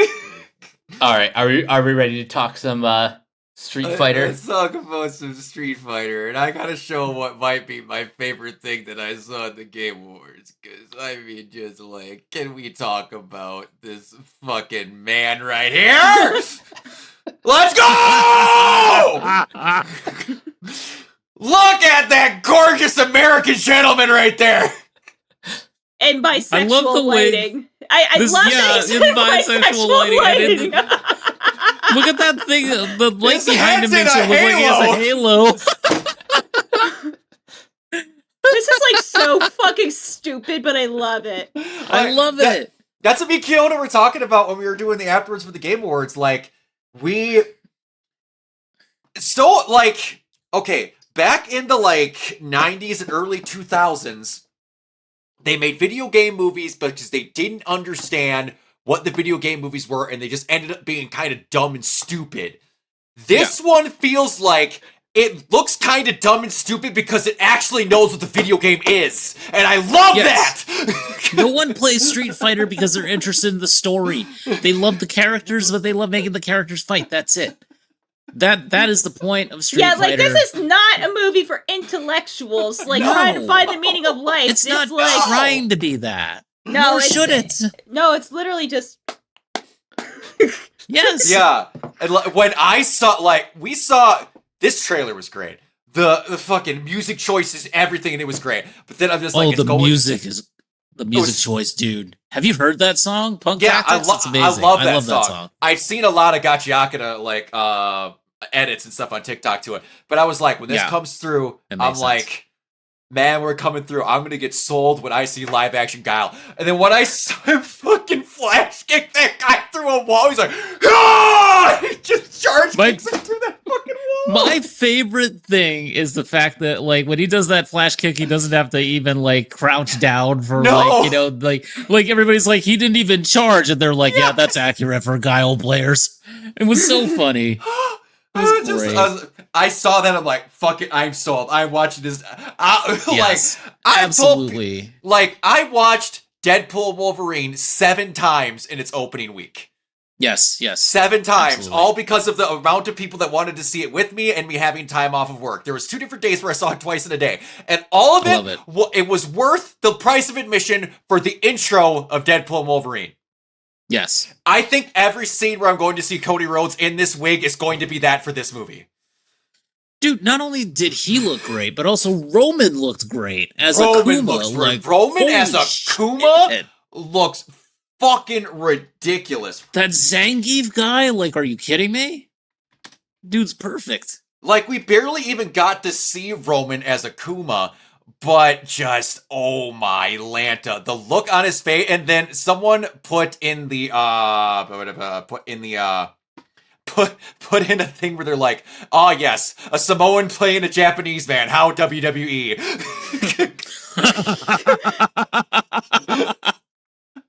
Damn. Well, Shit. It was just perfect, because those that don't know, a Samoan played a character named Yokozuna in WWE, and it was fucking ridiculous. But people, and by the way, look at that! Look at this! Look at how perfect this is. It's so perfect. I'm not gonna lie. I'm more excited for this now than Mortal Kombat 2, and I am still excited for that. Fun fact: the girl that either plays Junie or Cammy played Natara in the first Mortal Kombat. So this is going to be the first time a character has been a person in Mortal Kombat and Street Fighter. Isn't that the Cammy actress? I'm pretty sure it was. What was her name? Crap, I can't remember what her name was, but yeah, I'm pretty sure it's the girl who plays Cammy. But I was just like, Mel Jarson, the actress who plays Cammy in the new live-action Street Fighter movie, because she previously played Natara in the 20. So that's crazy. That's actually crazy. By the way, I don't know if I don't know if I've ever told you this, Brock, but like, you bringing up Yokozuna, it made me think of like, his managers, right? His managers were Jim Cornette and Mr. Fuji. Mr. Fuji. So Mr. Fuji, my grandfather knew him. My grandfather worked with him at a hotel in Hawaii. He was one of my grandpa's security guards. They worked together as guards and stuff. Crazy. Yeah, so he knew him. So every time I think of like Yokozuna and Mr. Fuji and stuff, it always reminds me of my grandpa. Oh, but like, nice. Yeah, but yeah, it's so in tune with what WWE does. My favorite thing was when they all got the entire cast up, almost the entire cast up on stage, and Cody does his little intro. He does the intro, and then Roman turns to him and he's like, Cody, I told you. That's just the whole like the WWE like thing that they have just ongoing, like kayfabing it on stage was great. Oh, I don't even know if he intended it, but it was so funny. Yes, and the one person we didn't see in this trailer, but I wanted to so bad, was Jason Momoa as Akuma. As Blanca. Not Akuma, as Blanca. Blanca. Oh. Dude, Des Malkian looks good. He does. Looks good as looks Bison. Fantastic. Absolutely. He does. Like, everyone in this looks fucking great. Like, Kalina Liang as Chun-Li, she looks great. Absolutely. And you were right. That was good. You were right. That was Julie. Absolutely. Julie, yeah. Yeah, the same. I'm not crazy about the Dan Hibiki guy, but that's just because of what I heard about him. But anyway. But like Ken, he's not gonna have a huge role. Like Dan Hibiki's not gonna be the main guy. So hell no, absolutely not. No. Okay, but like, Cade, you're not gonna win over anyone saying you don't like Jason Momoa. I'm letting you know that is gonna die in a tub fast. Just let you know that. Sorry. Oh man, I love Jason Momoa. I love him. Yes. I liked him being on stage with them. I love the fact, I don't know who he was talking about when he said that thing about, if they don't cast me in this role, I'm going to kill them. Yeah. Yeah, that's right. But it was amazing. Right. But I don't know. But just seeing him being up there and being so happy, he's perfect. I don't know what's more perfect, him cast as this or Lobo. They're generally like the two most perfect roles for him on the planet. The Eve Honda guy is perfect. The Dulcim guy. Everyone looks like, I want to know, dude, who all picked these castings. Because, like, Julie, by the way, who would have thought Julie in a Street Fighter movie? And she's gorgeous. Yeah, my God. And she looks great. But it's like, I just want to know who went, man, we need to cast Balrog. And some ballsy motherfucker went in the back. Curtis 50 Cent. Why not 50 Cent? Put him in there. And of course, our Lord and Savior, Noah Centineo. Noah Centineo as Ken. Absolutely. Which I did not know that Ken was Wasian. I didn't know that because really? like some people, because when you fight him in Street Fighter 2, his stage is in America. Mm-hmm. And his name and he's always been kind of depicted. And his name is Ken Masters. He's always been depicted as more like, definitely more like. But American. then like someone pointed out that he dyes his hair blonde. Like I guess his hair is naturally black because of the eyebrows and stuff. And then it was just like, oh yeah, I guess that makes sense. Yeah. But yeah, everyone Dulcim. This whole the Vega guy I wasn't sold on until I saw him in the actual teaser. He's like originally like a country singer or something.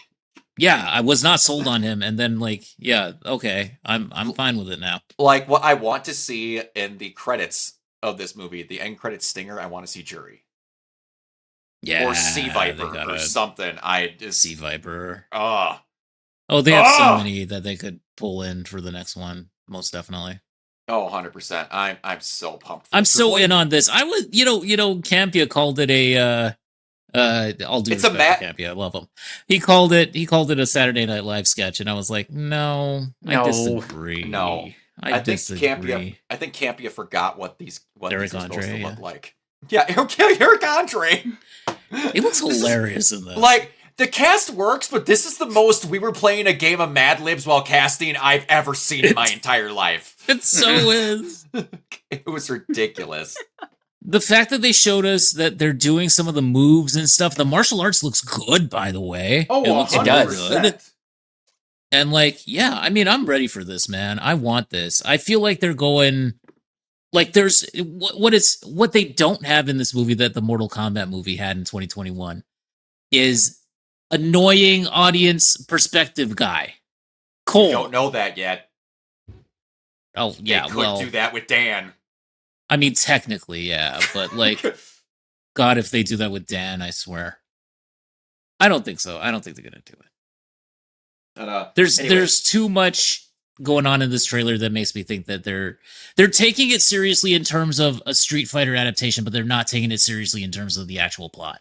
Yeah. That's and I love what that. you want from this genre of movie. Like, And you know what? And at least Dan is from the games, so he's got a one-up on Cole, because Cole wasn't even in the games. But you know what was, you guys haven't talked about? How fucking great the costumes look. Oh, yeah. oh yeah, Oh yeah, It that's all what I'm looks saying. great. That's another great thing about Street Fighter. They're very basic. Yeah. No, but like they look so clean. Mhm.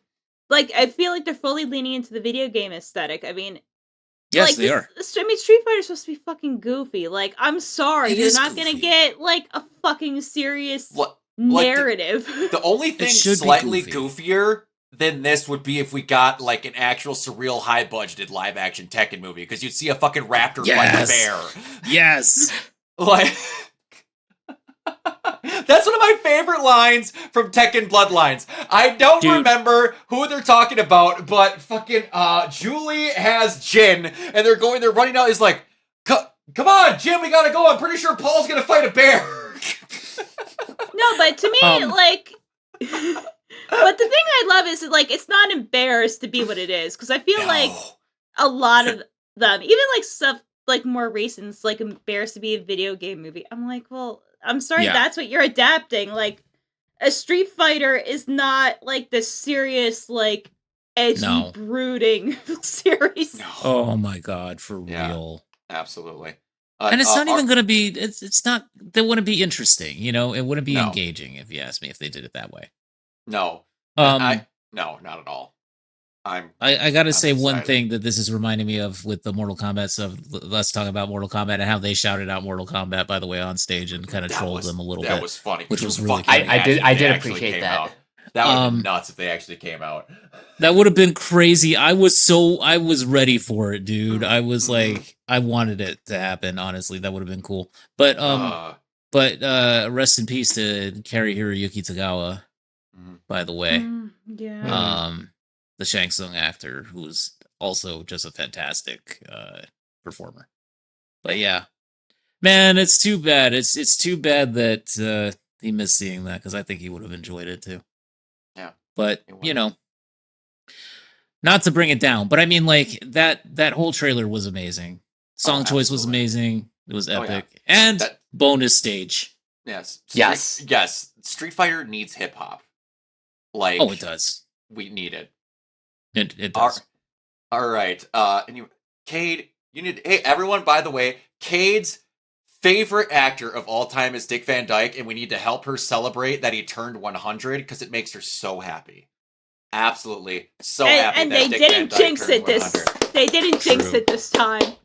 I mean, I was close. I'm like, please, like, don't pull a Betty. Don't pull a Betty. Did you guys see that Dick Van Dyke is now too old to play with Legos? Oh god. Because the age limit is 99. I bet they're gonna change that now. Yeah, now they have to change it. He predates the invention of sliced bread by 3 years. Wow. I'm not joking. That's Yeah, oh my. like really, like sliced bread wasn't until the 1920s. He predates it by 3. It was either 3 or 5 years. That's amazing. Well, Shit. Yeah, damn. Why did I think like sliced bread was older? Like Yeah, early 20th century. I don't know. But that's freaking crazy. Anyway, all right. Speaking of trailers that don't take themselves seriously, and I appreciate it, the Supergirl trailer. Yes. Yes. Loved it. I have seen this trailer like many times. Like me too.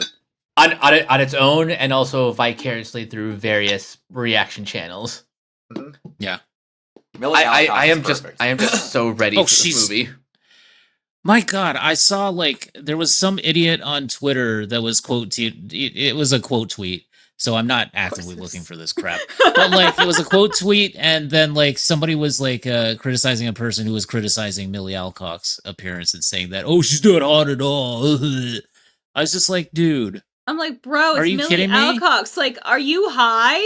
Yeah. Like her unconventional sort of look to her, it actually makes her more adorable, if you ask me. She's super absolutely. Are you kidding me? She's perfect. But one thing that is proving to me... The attitude's perfect, too. The attitude's perfect. This is one thing, ever since Millie got cast and how they've been showing Supergirl on screen, and especially with this trailer, I love when people who claim to be comic book experts get called out on their own accord, and they out themselves. Because every person who has watched this trailer and went, fuck this Supergirl, this is nothing like the comics, why can't we have it like it was in the Supergirl TV show?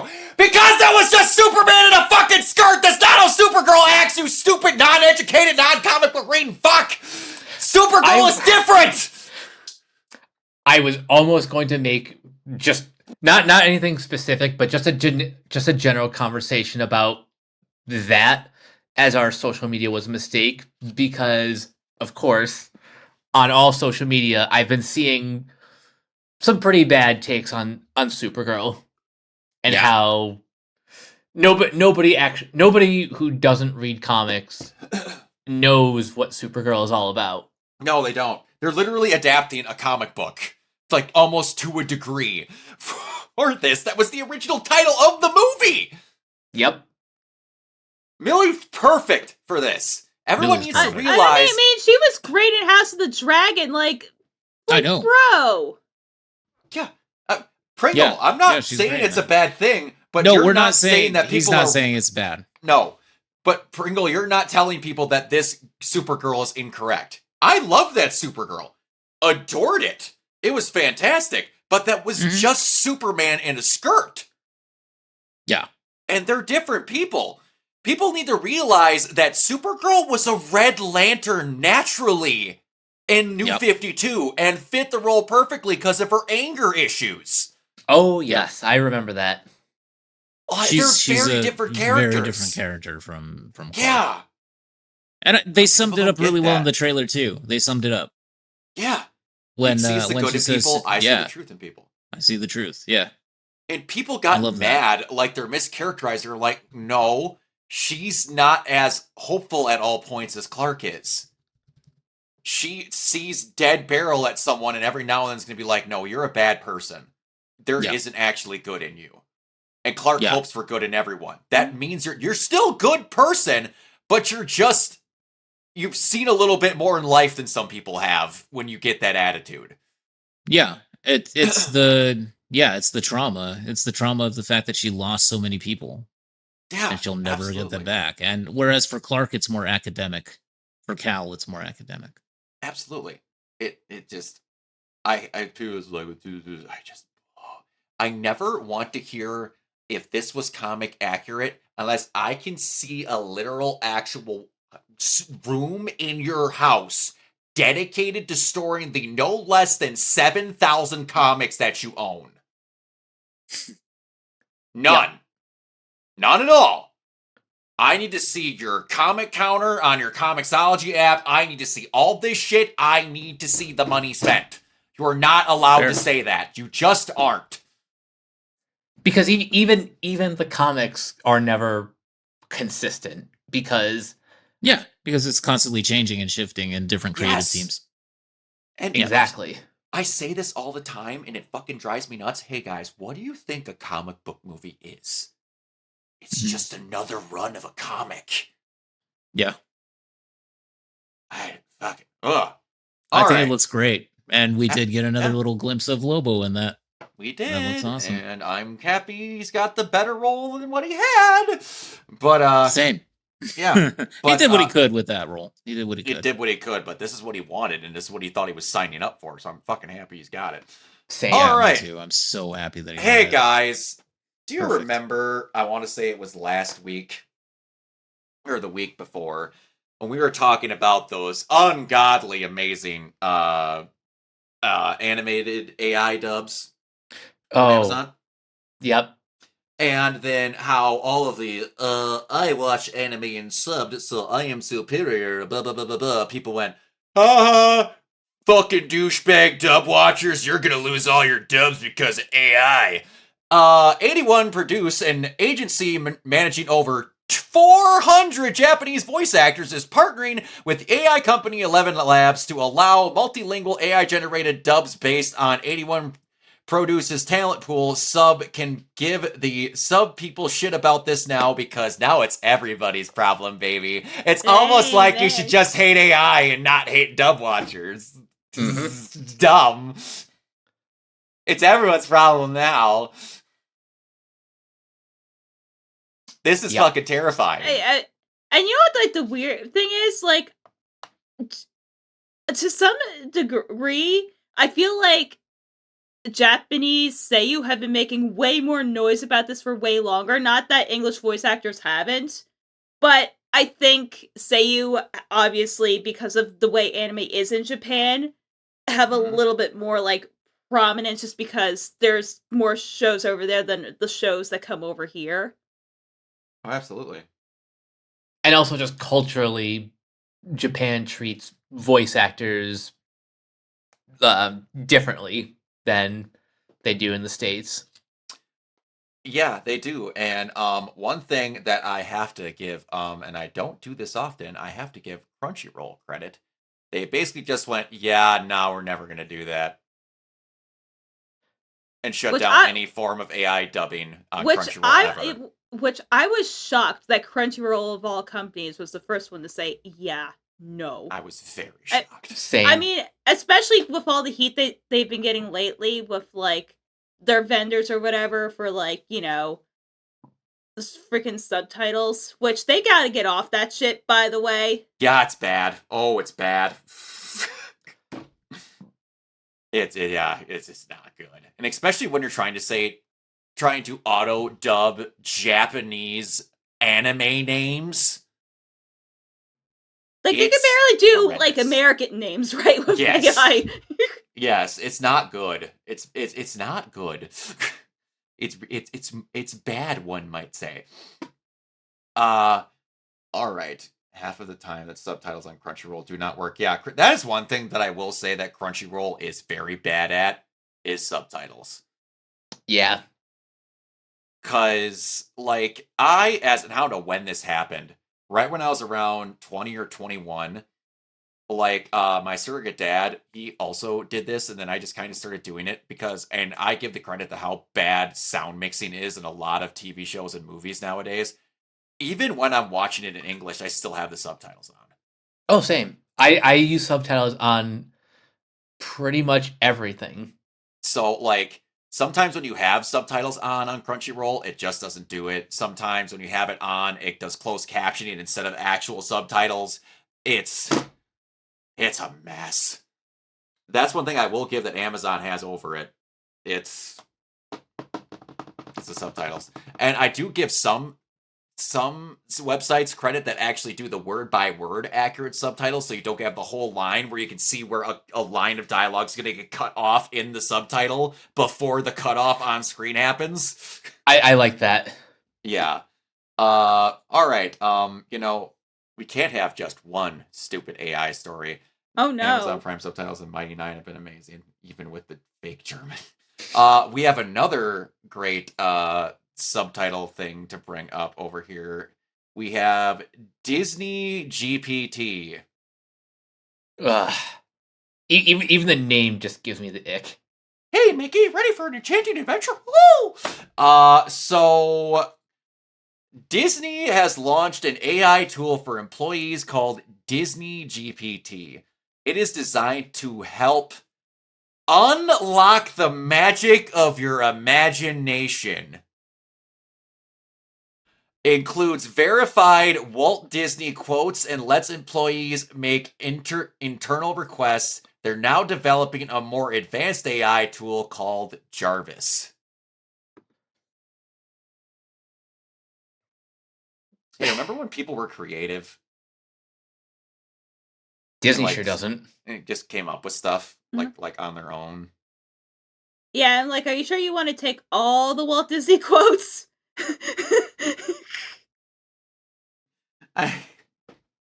IQ was never be problematic. What are you talking about? Oh, I wonder what he's going to say about, we're thinking about unionizing. Oh. I don't know what you're talking about. They would Disney never. GPT, we have no records of this. What do you mean? What do you mean? We would never. What do you mean that person that died in one of our restaurants but wasn't subscribed to Disney Plus so they didn't get insurance? What do you mean? Danger, danger, Will Robinson, danger. Oh, but hey, guess what? We're not done with Disney AI. I almost forgot about this one that was later on down. Disney has signed a deal with OpenAI to invest $1 billion into the company. Sora will now be able to AI generate videos based on animated, masked, or creature characters from Disney, Marvel, Pixar, and Star Wars. Curated selections of AI-generated videos will be released on Disney+. Oh, but I feel like there's a part 2 to this. Because, like either before or shortly after this was the announcement that they are basically suing Google for DSMA takedowns on their AI stuff. I'm like, there's Disney, I know. Like, they weren't doing this out of the goodness of their heart. Like, this was always a control move. And they're like, hey, GPT, you're not going to use our characters without us having our hands up your asshole. Yeah, pretty much. But I just can't wait to be like, curated selections are going to be put on. It's like, what happens when people are ripping this stuff to make source filmmaker porn? You mean like Elsa Gate 2.0? Yeah, except it's going to be a lot more detailed because they're actually going to have the actual things in this engine. I wasn't even thinking about the source thing because I'm like, hey, they're not going to allow it to generate within that. Like, do you have any idea, like, the brain control? But I'm like, oh, wait, they could just rip shit out there. Just rip stuff out of it and use it for context and other things. All that people are very crafty. Well, I'm like, you know what? And how long does someone hacks it? No, well, here's the other thing. Do you remember when Disney was going in NFTs? Yeah. Exactly. You don't remember it. Yeah. Because I imagine this is going to last just as long. Yeah, it's going to be fantastic. All right. So we're going to follow up from our buy or sell thing here. This teaser strategy for Doomsday, I don't like it. Me neither. It feels, I hate to say it, but it feels too desperate. It also screams that the desperation, but especially out of the fact that Doom is being used out of desperation. Because I don't remember what the 4 were, but it's Captain America, something, might be Spider-Man, but I don't remember. Captain America, something, Doom, and then an overall trailer.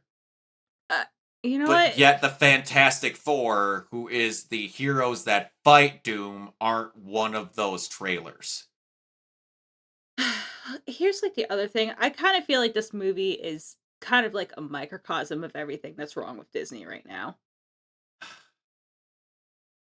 This movie is going to, storyline wise and their desperation wise, bite them in the ass because they can never pull this again. They really can't. They can't. And like I've said it before, Robert Downey Jr. could do a great job as Doom. They could. But they're in this movie, they're going to have Reed Richards have less time spent with Doom than Spider-Man. Because they have to have Tom Holland Spider-Man have some moment where he recognizes Tony underneath the whatever. They are going to have from what I understand and from what they've basically said, that Downey's Doom is only going to be in these 2 movies, and then they're either not going to have Doom, which is fucking stupid, or they're going to recast him, which no one is going to like. And no one's going to support this next person, which that means they're probably going to maybe get an actual Romani actor to be this Romani person, and then they're going to be like, no, we like the white dude. So it's a lose-lose on all fronts. You should just have a trailer. And from what I understand of the leak of this trailer, I don't know what they're going for. I don't. Yeah, it's like, make Avengers exciting. Like, yeah, which, don't get me wrong, this movie's still gonna make probably $1 billion, but I mean, even now, like, I'm sure it'll get close. I don't think it's gonna make anywhere close to what Endgame made. oh, it's not gonna clear 2. I can see it clearing 1. They have not had an Avengers movie not clear 1. It's probably going to meet, like, I think the baseline is like Age of Ultron.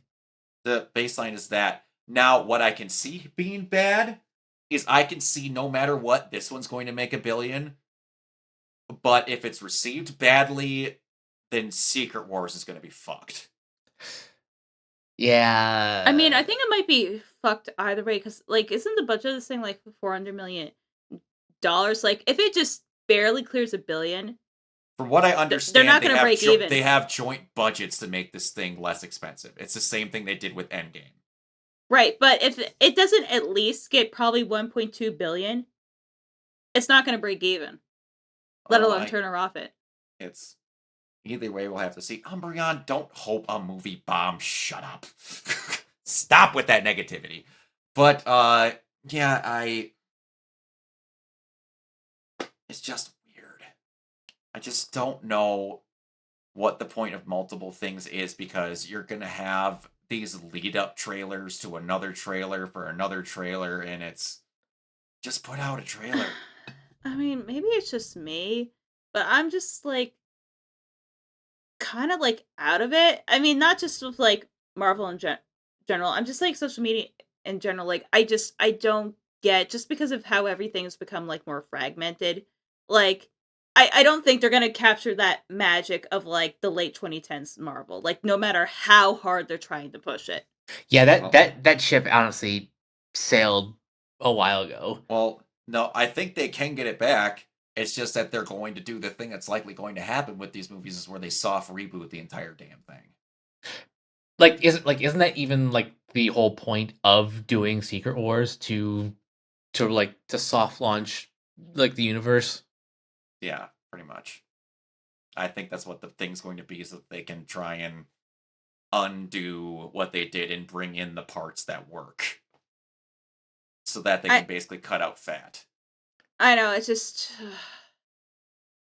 it's gonna be like a tough.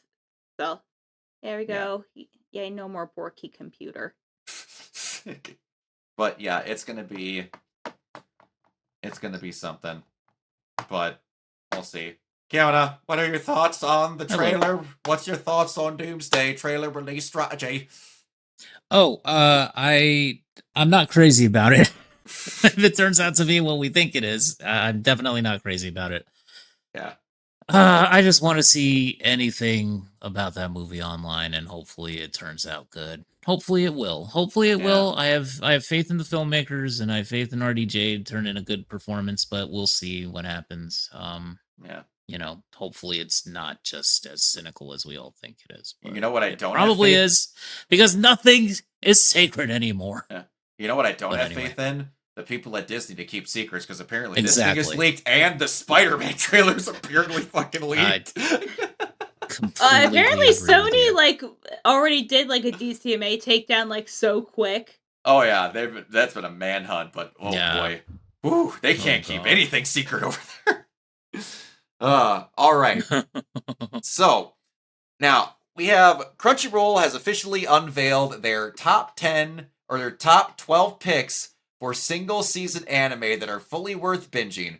These compact gems deliver unforgettable stories in 13 episodes or left, perfect for a quick marathon sessions. Here's a much-watched list. Mike, I want you to pay close attention to this list, buddy. I want you to figure out what's wrong. Number 1, Erased. A time-traveling mystery where a man revisits his childhood to prevent a tragedy, heartbreaking yet hopeful. Erased is fantastic. Oh, that was a good show. I actually saw that. That was good. Yes. Number 2, Made in the Abyss. Dive into a mesmerizing underground world with curious explorers, whimsical visuals, meet dark and emotional depths. I've heard it's very good. I have not seen Made in Abyss, but it is on my list. Yes. Number 3, Devilman Crybaby, a visceral roller coaster of demons and humanity, wildly chaotic, thought-provoking, and unapologetically bold. I've not seen it, but heard it's very good. Yeah, it is. It's really, really good. You really should. Yeah. If you just want like a really good, what the fuck, like that. That's my whole anime. It's just what the fuck, what the fuck, what the fuck, what the fuck. Yeah. We're gonna run into our first problem here. Remember, at the top of this list it said 13 episodes or less. Violet Evergarden, which is over 20 episodes and has 3 movies. Well, I assume they mean just the first season. It's like, you don't get the whole story if you don't watch the full season, but that's just me. A post-war letter writer learns about love and loss through other stories, breathtaking animation plus tears guaranteed. Can guarantee that episode 10 has made me cry more than anything ever has in my entire life. Oh my god, yes. Yep. And then number 5. Remember, Crunchyroll said this is a show that you should binge on their website. Death Parade. Afterlife bar games decide souls' fates. Thrilling psychological twists with every round. Hey, Mike, what's the problem with that? Where is the show? Because it's not on Crunchyroll. Well, they took it off.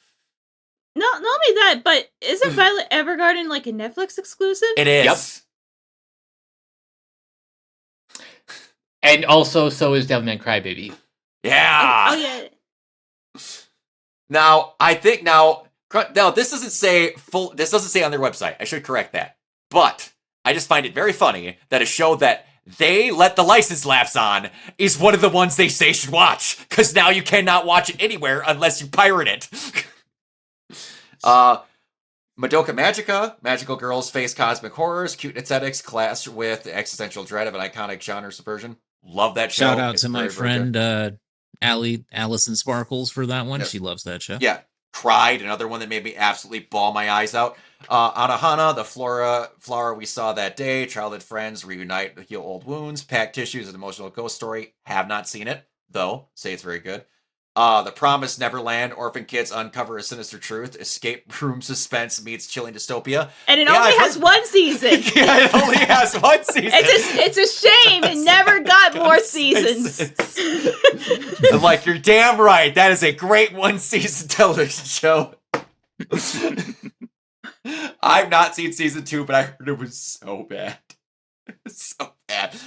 No Game, No Life. Sibling geniuses conquer a world ruled by video games, vibrant, witty, and endlessly clever battles. That show is good, but that is the only show where the art style made it actually kind of hard to watch it sometimes. It was very bright. Very, very, very bright. One Punch Man, a hero bored by his own power, battles existential horror and epic foes, hilarious type action. Yeah, 1 season's really good. 2's all right. We don't gotta talk about 3. 3 doesn't exist. Yeah, 3 doesn't exist. Yeah, 3 is like the pinnacle of why the production committee model is bad. It's very bad. Your Lie in April, a pianist rediscovers music through a fiery violinist, a symphony of youth, love, and bittersweet beauty. I need to see that one. Oh, it's good. It's so good. Odd Taxi. A taxi driver is tangled in a missing persons case. Quirky animal cast hides a brilliantly layered mystery. Everyone needs to see this one. Yes, Odd Taxi is very good. Another quick 1-season one that I will throw in there that did not put in there that I've watched recently is Wonder Egg. Wonder Egg Pirate, I believe it's called. Oh, it's so good. I will not spoil what it's about, but everyone just go watch it. You can watch it in one shot. It's got a sub and a dub, and both are really good. It's so good. All right. I just thought this was kind of funny because this is a shit ton of money. Carl Rinch, director of 47 Ronin, faces up to 90 years in jail, having been found guilty of defrauding Netflix out of $11 million. Yeah, I saw that, and I'm like, this is a Brock story. Yeah. I love it so much. How? 90 years in prison? Like, that is like some next level fraud. Yeah, one of my favorite things with the judicial system is when they're like, they don't stay in jail. They're like, we're going to get 500 years in prison. Just at that point, just say for life. For life. Or they'll say 7 consecutive life sentences. Why do you say statements like that? I know. That always gets me too. I was like, he's one guy. Okay. So is it like, if you get found guilty and get out of 1 life sentence, you got another 6 you gotta make your way out of? Well, I assume probably in the legal jargon that was established when people had like shorter life expectancies. I'm assuming. Maybe. Well, kid, because of the old TB and the black lung, you're only expected to live to be 15, so if you make it to 65, you're out of here, kiddo.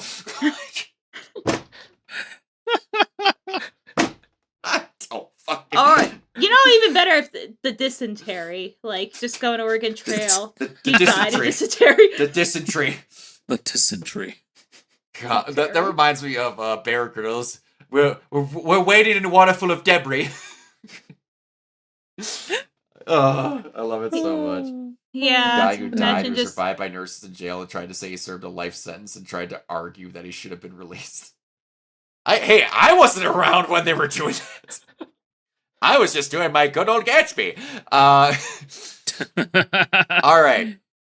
As of earlier last week, as of today, December 11th, Studio Gainix, Gurren Lagann, Neon Genesis, and only that, according to this, has officially ceased to exist, marking the end of 42 years of influential anime history as its bankruptcy process comes to a close. According to Hideki Anno, all rights to Gainix Pack's works have now been transferred to their rightful creators and companies. Anno also revealed that the long-standing issues that pushed the studio into collapse, including years of financial mismanagement, you don't fucking say, unpaid debts, and the actions of former executives that damaged the studio's reputation. After the 2019 arrest of former president Tomohiro Maki for semi-coerced indecent acts, Gainix's ability to operate completely fell apart and the studio never recovered. Gainix filed for bankruptcy in May 2024, and despite efforts from Studio Kara, Katakawa, and King Records and Studio Trigger to stabilize the situation, the debt was too large to resolve. With today's announcement, Gainix is now formally dissolved and closing in on chapter 1 the chapter of one of anime's most iconic studios. Well, I mean, Gainax kind of hasn't existed for a while, other than in, like, name only. Mm-hmm.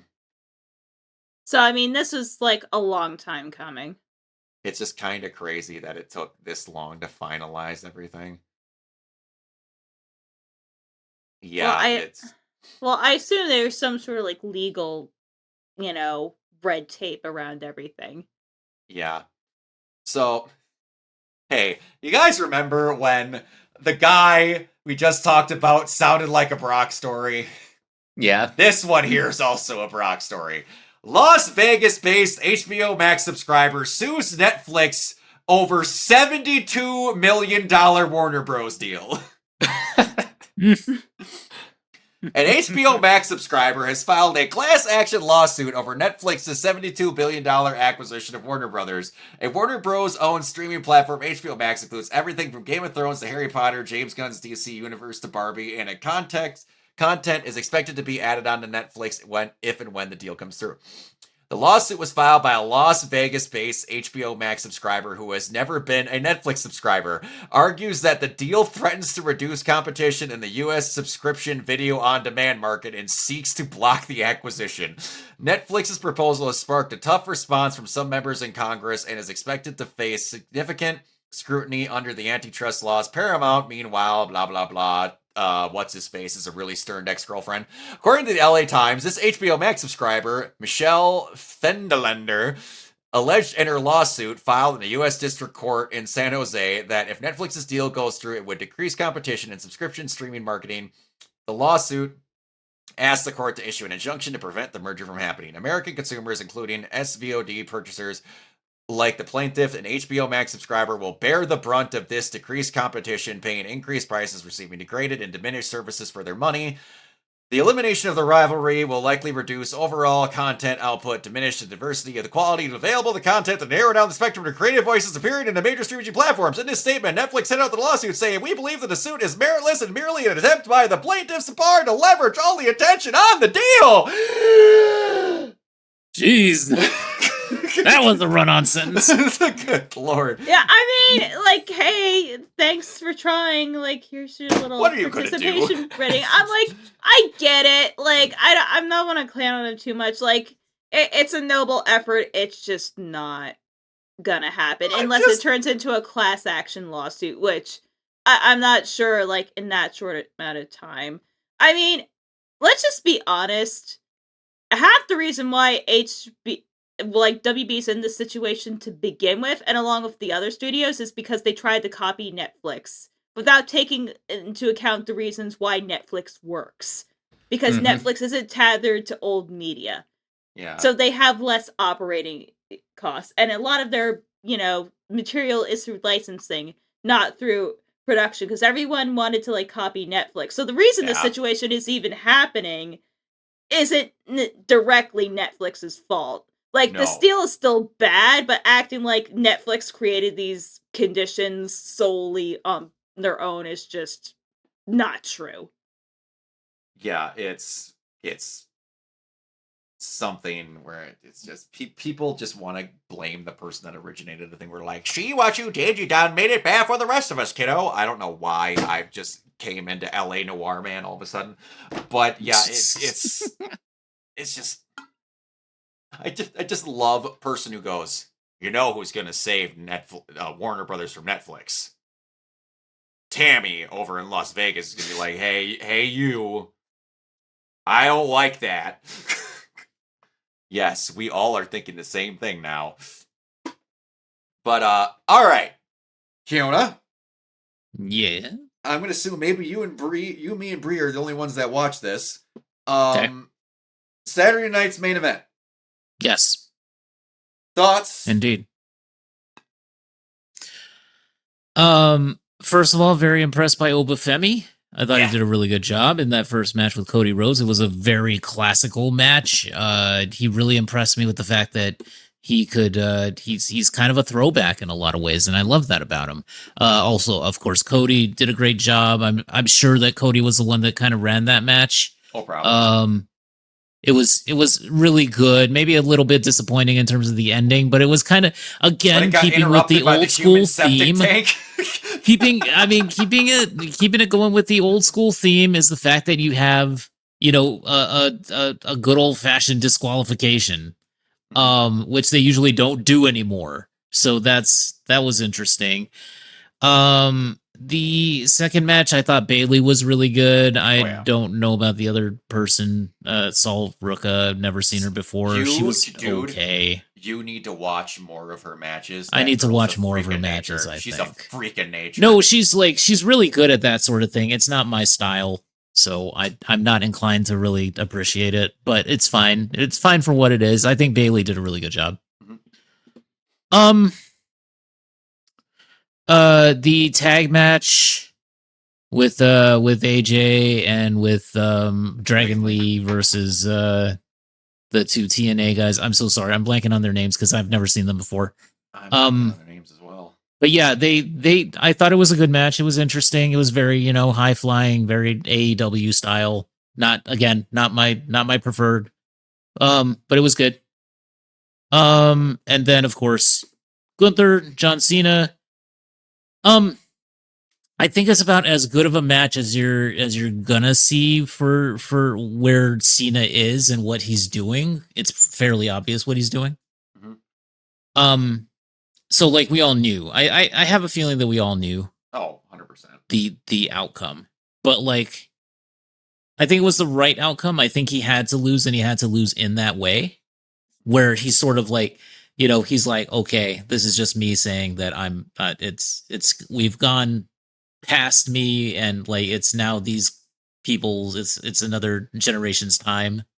See you, Cade. See you, Cade. Thanks for being here. Yeah. But yeah, I think it was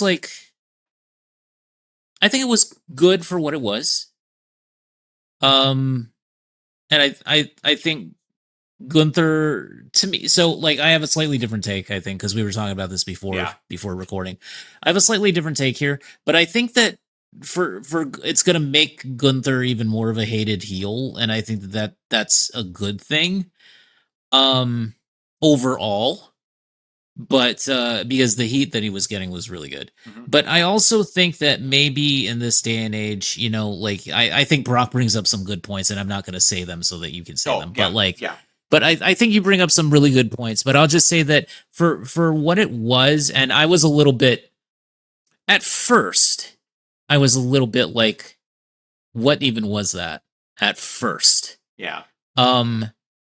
Then having had it sink in for a couple of days, then I was like, you know what though, I don't hate this as an outcome, and I think it's actually a good thing for Gunther. Yeah. But I do agree with you on one of your points that you're going to talk about later on, so I'll just leave it there. Yeah. The thing that me and Kiona are kind of hinting at here is that me and Kiona both agree 100% on how that match ended. Yeah. I believe it should have been someone else. Because in my opinion, this reminds me of when Brock Lesnar beat Taker, a person who did not need that rub. Gunther now has the record for longest intercontinental reign in wrestling history with 666 days. He's been a 2-time WWE World Heavyweight Champion. He's the longest reigning, to my knowledge, UK champion, which is so it's never going to get beat. The guy was a made man, and he got to have John Cena's tap-out victory. And now... Go ahead. Is it because they didn't really have anybody else? In my opinion, and I know this is a long shot, but if you're going to start building stars, why didn't we put Joe Hendry in there? Ooh. You're telling me they couldn't strap the rocket ship to him and give him that? You could have gave it to anybody going up. To me, you didn't need a person who's already been a world heavyweight champion. It's like when they gave Brock the Money in the Bank briefcase. Why? Yeah. You're gonna give the keys to the kingdom to someone. Austin Theory could have been another good one.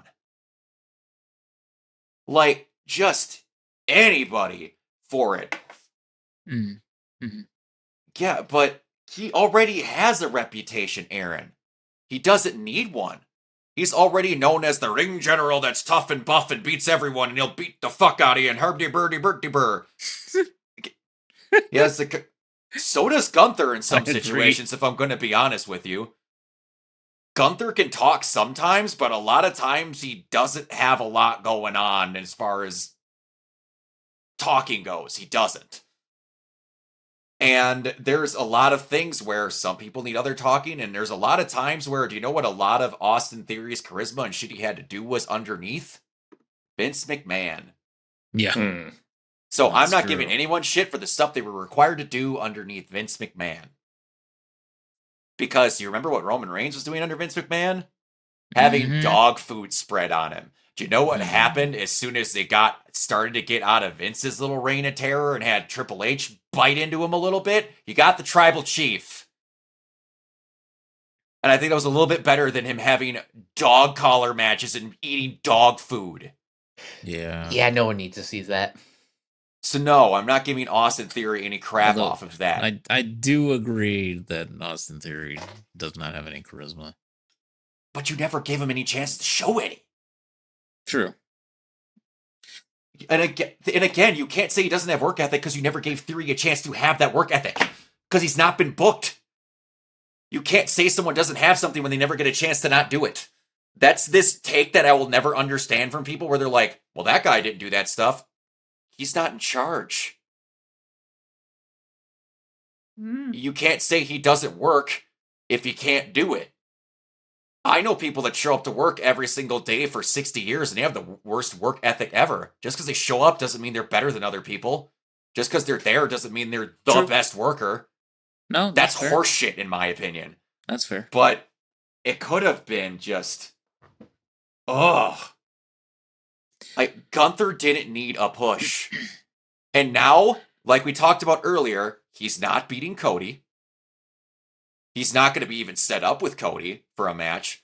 He's not set up with Punk. He's not even going to be set up with Punk for a match. So he's going to have this buildup of beating John Cena.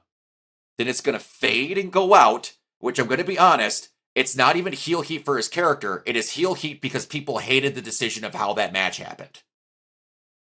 And you could tell because they weren't saying boo Gunther when the match ended. They were saying fuck you, Triple H. They were. That is not a good storyline ending. That is people hating the outcome of the match. And that wasn't just in the freaking arena. That was everywhere on social media. So there wasn't just a couple people in the arena who were upset. And that is the exact thing that we just talked about. Why on God's green fucking earth does he need to retire 4 people in order to be a made person?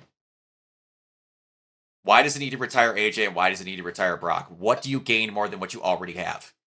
Except for a rub for a month that you beat a guy. What does he gain? So stupid. Nothing. Because those statistics don't matter in the end. You get to say for a month that I beat AJ Styles.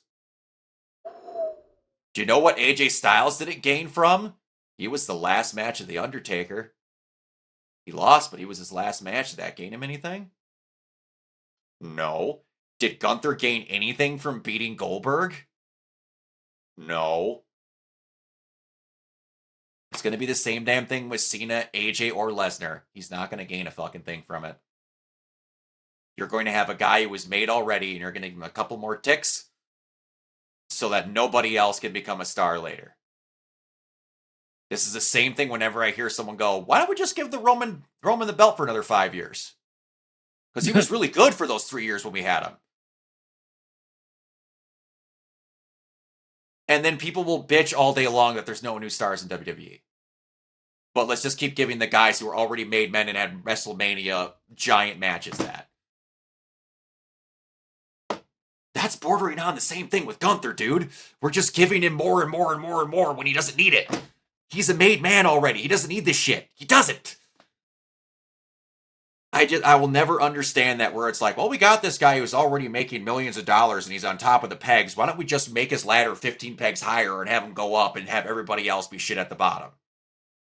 We complain every day about how we get the same exact championship matches over and over and over and over and over again.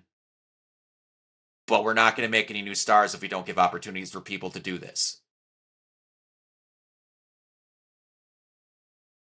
Just saying, it doesn't make a whole lot of sense. But that's my opinion. I don't need to see Gunther get another thing that already makes him be exactly where he is, but be hated for a month. Because that's just going to dip right back into where he was. Because, Kiona, do you agree with me that his world title reign sucked ass? Yeah, it definitely wasn't the best. So let's just prep him up for another one? So then that becomes an issue for the booking, though. Yes, but that's the same reason why everybody else who we say isn't good enough to get this spot didn't work either. Is because of the booking. Yeah, so we have a systemic problem with the booking then. Exactly, so we could have booked somebody else to get a shot in the ass from this that wasn't Gunther. Yeah. That's where it all boils down to, but nobody wants to talk about that part. We all blame the wrestlers that aren't in the position where they're supposed to be at, but half the time people won't blame the booking. Yeah. When that's the heart of the fucking problem.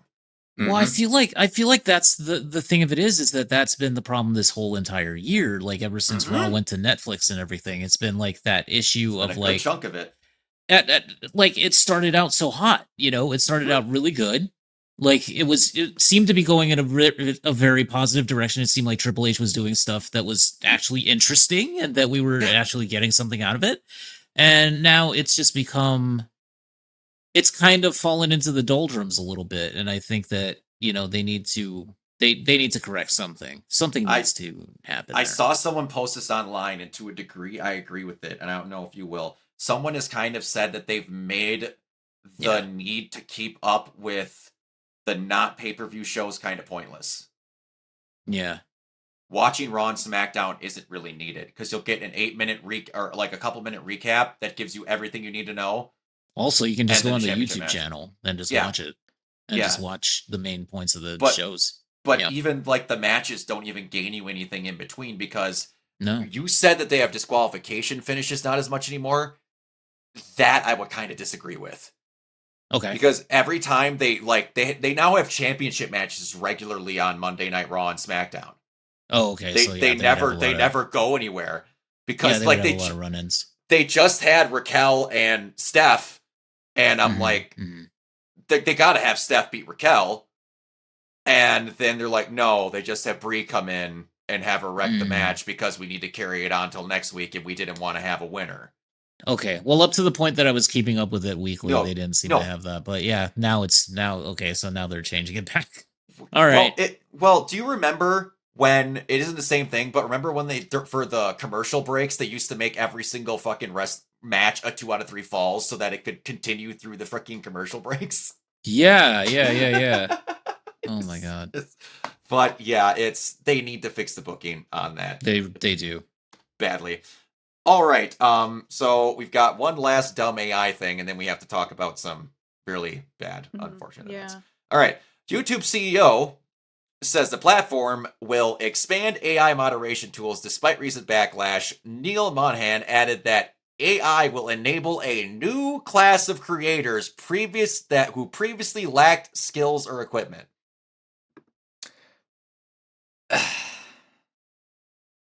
I don't even have. Who's the person that was the head of Dispatch said AI is a creative tool if you aren't creative? Best line about AI. And you know what? The other thing, like today, I'm not sure if you saw like that Larian bullshit like earlier. Like, oh my god, talk about foot in ass. I still need to read into that more because that doesn't look great. But here's the thing, and I saw, God, I can't remember who attributed to. Someone was talking about like that might have been Larian, like AI concept art. I'm like, why? That's the stage where you get to have fun. Why would you want your stuff to just look like generic fucking bullshit that no one will watch or want to play? Like, I don't fucking get that. You lose all your creative power when you're not coming up with the ideas. Your brain literally works less and stays in a less creative state, so you actually get worse at your job. Like, the amount that, like, AI should be involved in, like, my creative processes, helping me with a spreadsheet or, like, helping me do, like, some upscaling. Other than that, no fucking way. Yeah, like, in the TV I have behind me, it is AI upscaling. That's perfect for stuff like that, or anything possibly in the medical field where it can help. As long as it's not creative, it shouldn't be needed. Yeah, only things like the technical stuff. Getting rid of like the monotonous processes. Yeah, it should help streamline creativity for everybody else, not take away jobs. Or like, having it, like, organize my notes. Like, that'd be great AI if everything it could automatically do it, like, alphabetical order, like, have it by ideas, like, have, like, a vague, like, consciousness of ideas and automatically make folders. That shit would, be great. But that's not where the speculative money is. So we get bullshit. Yeah, and you're not saving money having an application do that. So they don't care. But, yeah. All right, so we're on to the sad part of the week here. So we had, there was actually there was, like, not kidding you, like 6 to 7 people in the entertainment industry on the smaller end and bigger end, like voice actors, everything, all throughout this. But Yeah, didn't this wanna is like have this so be reminiscent of like 2016. Oh god, Yeah. you're right. Yeah, but I Oh, didn't want this yeah. to turn basically into a giant obituary. So we're picked 2, and we're going off with that. And that does not mean disrespect to anybody else. This is probably one we get the most discussions out of. All right, Peter Green, who I know my favorite role he's ever been, and was Dorian Tyrell in The Mask. Yes, the Yes. mask. Yeah. Yes, Yeah, actor he known- was great in that he role. was Oh my fantastic. gosh. Known for playing villains and criminals, like his role as Zed in Pulp Fiction, Dorian Tyrell in The Mask, died in New York City. Home on Friday, his manager confirmed he was only 60. Oh, That's way too young. way too Was he young. was he sad. in his like 20s when he was in The Mask? I Was guess. he? I mean, he would have had he- to been around the same age as Diaz, right? Because if he's only 60 now and we're in 2025 and The Mask was in I think like 95, 94. Yeah, it was like 30 94. years ago. 94. So he was like 20, He 29. was like 29. That's insane. That is just I thought he that's was freaking- older than. So did I. But now that I'm doing the math, that's crazy. Oh God, such a good. He was very good in that. Very good. He's good in freaking everything he was in. He had one of Yeah, I know. those just absolute perfect actor faces. Yes. Oh, yes, he yeah. did. Yeah. It's Good, one of good those bad guy face too. Like really, 100%. like, he had a lot of character just in his face. Yeah. Yeah. I didn't know he was in a movie called A Porn Star Is Born. A beautiful young woman, Elena Love, moves to Hollywood and is rejected by the film industry. A porn producer uses her innocence to make her the biggest contract porn star in years, and Wow, she falls in love okay. with one of her co-stars. Oh, is that like? It's like A Star What Is the- Born, but for Yeah, what porn. the? It's the parody. What the hell? Mm-hmm. So, do you guys have any other ones other than Pulp Fiction and? Hmm. I mean Mask, that's obviously? really the one that's standing out to me the most. primarily knew him from The Mask, honestly, but Yeah. he was great in that. God, him and Jim Carrey's chemistry together were just off Oh, the yeah. charts. Fantastic. The Mask that was the very first didn't know that was a comic book movie for me. Oh yeah, yeah. Yep. Yeah. That was one of my very first VHSs. I watched the ever living shit out of The Mask. Oh, it was so good. And so, for everyone listening on this, we are not going to talk about the circumstances of this because it is fucked. It is. And we are trying not to be any sadder than it already is. And this is still an ongoing investigation. Yes. And the only thing I will say, Andrew Parnas, if I remember correctly, you are a useless fuckbag and do not report on the death of beloved people and try and make money off it on TikTok if you can't even say the fucking director's name correctly. Oh God. What the Rob hell? Reiner? Ugh. No. No. What? Don't make money off a dead man's name if you can't even say his fucking name correctly and you were word for word reading someone else's article because you're a soulless piece of shit. Shut up. Anyway, Rob Reiner is him and his wife, so you will not ignore that. Him and his wife were both found dead in their home. It is horrible. It is ongoing, but we should talk about some of our favorite films. I rewatched a couple of them today. Which one did you Nice. watch? I watched A Few Good Men, Nice. which is of course a classic movie. Definitely excellently directed, excellently written, and excellently acted. 100%. And The Princess Bride, which I haven't seen in a Yes. good long time.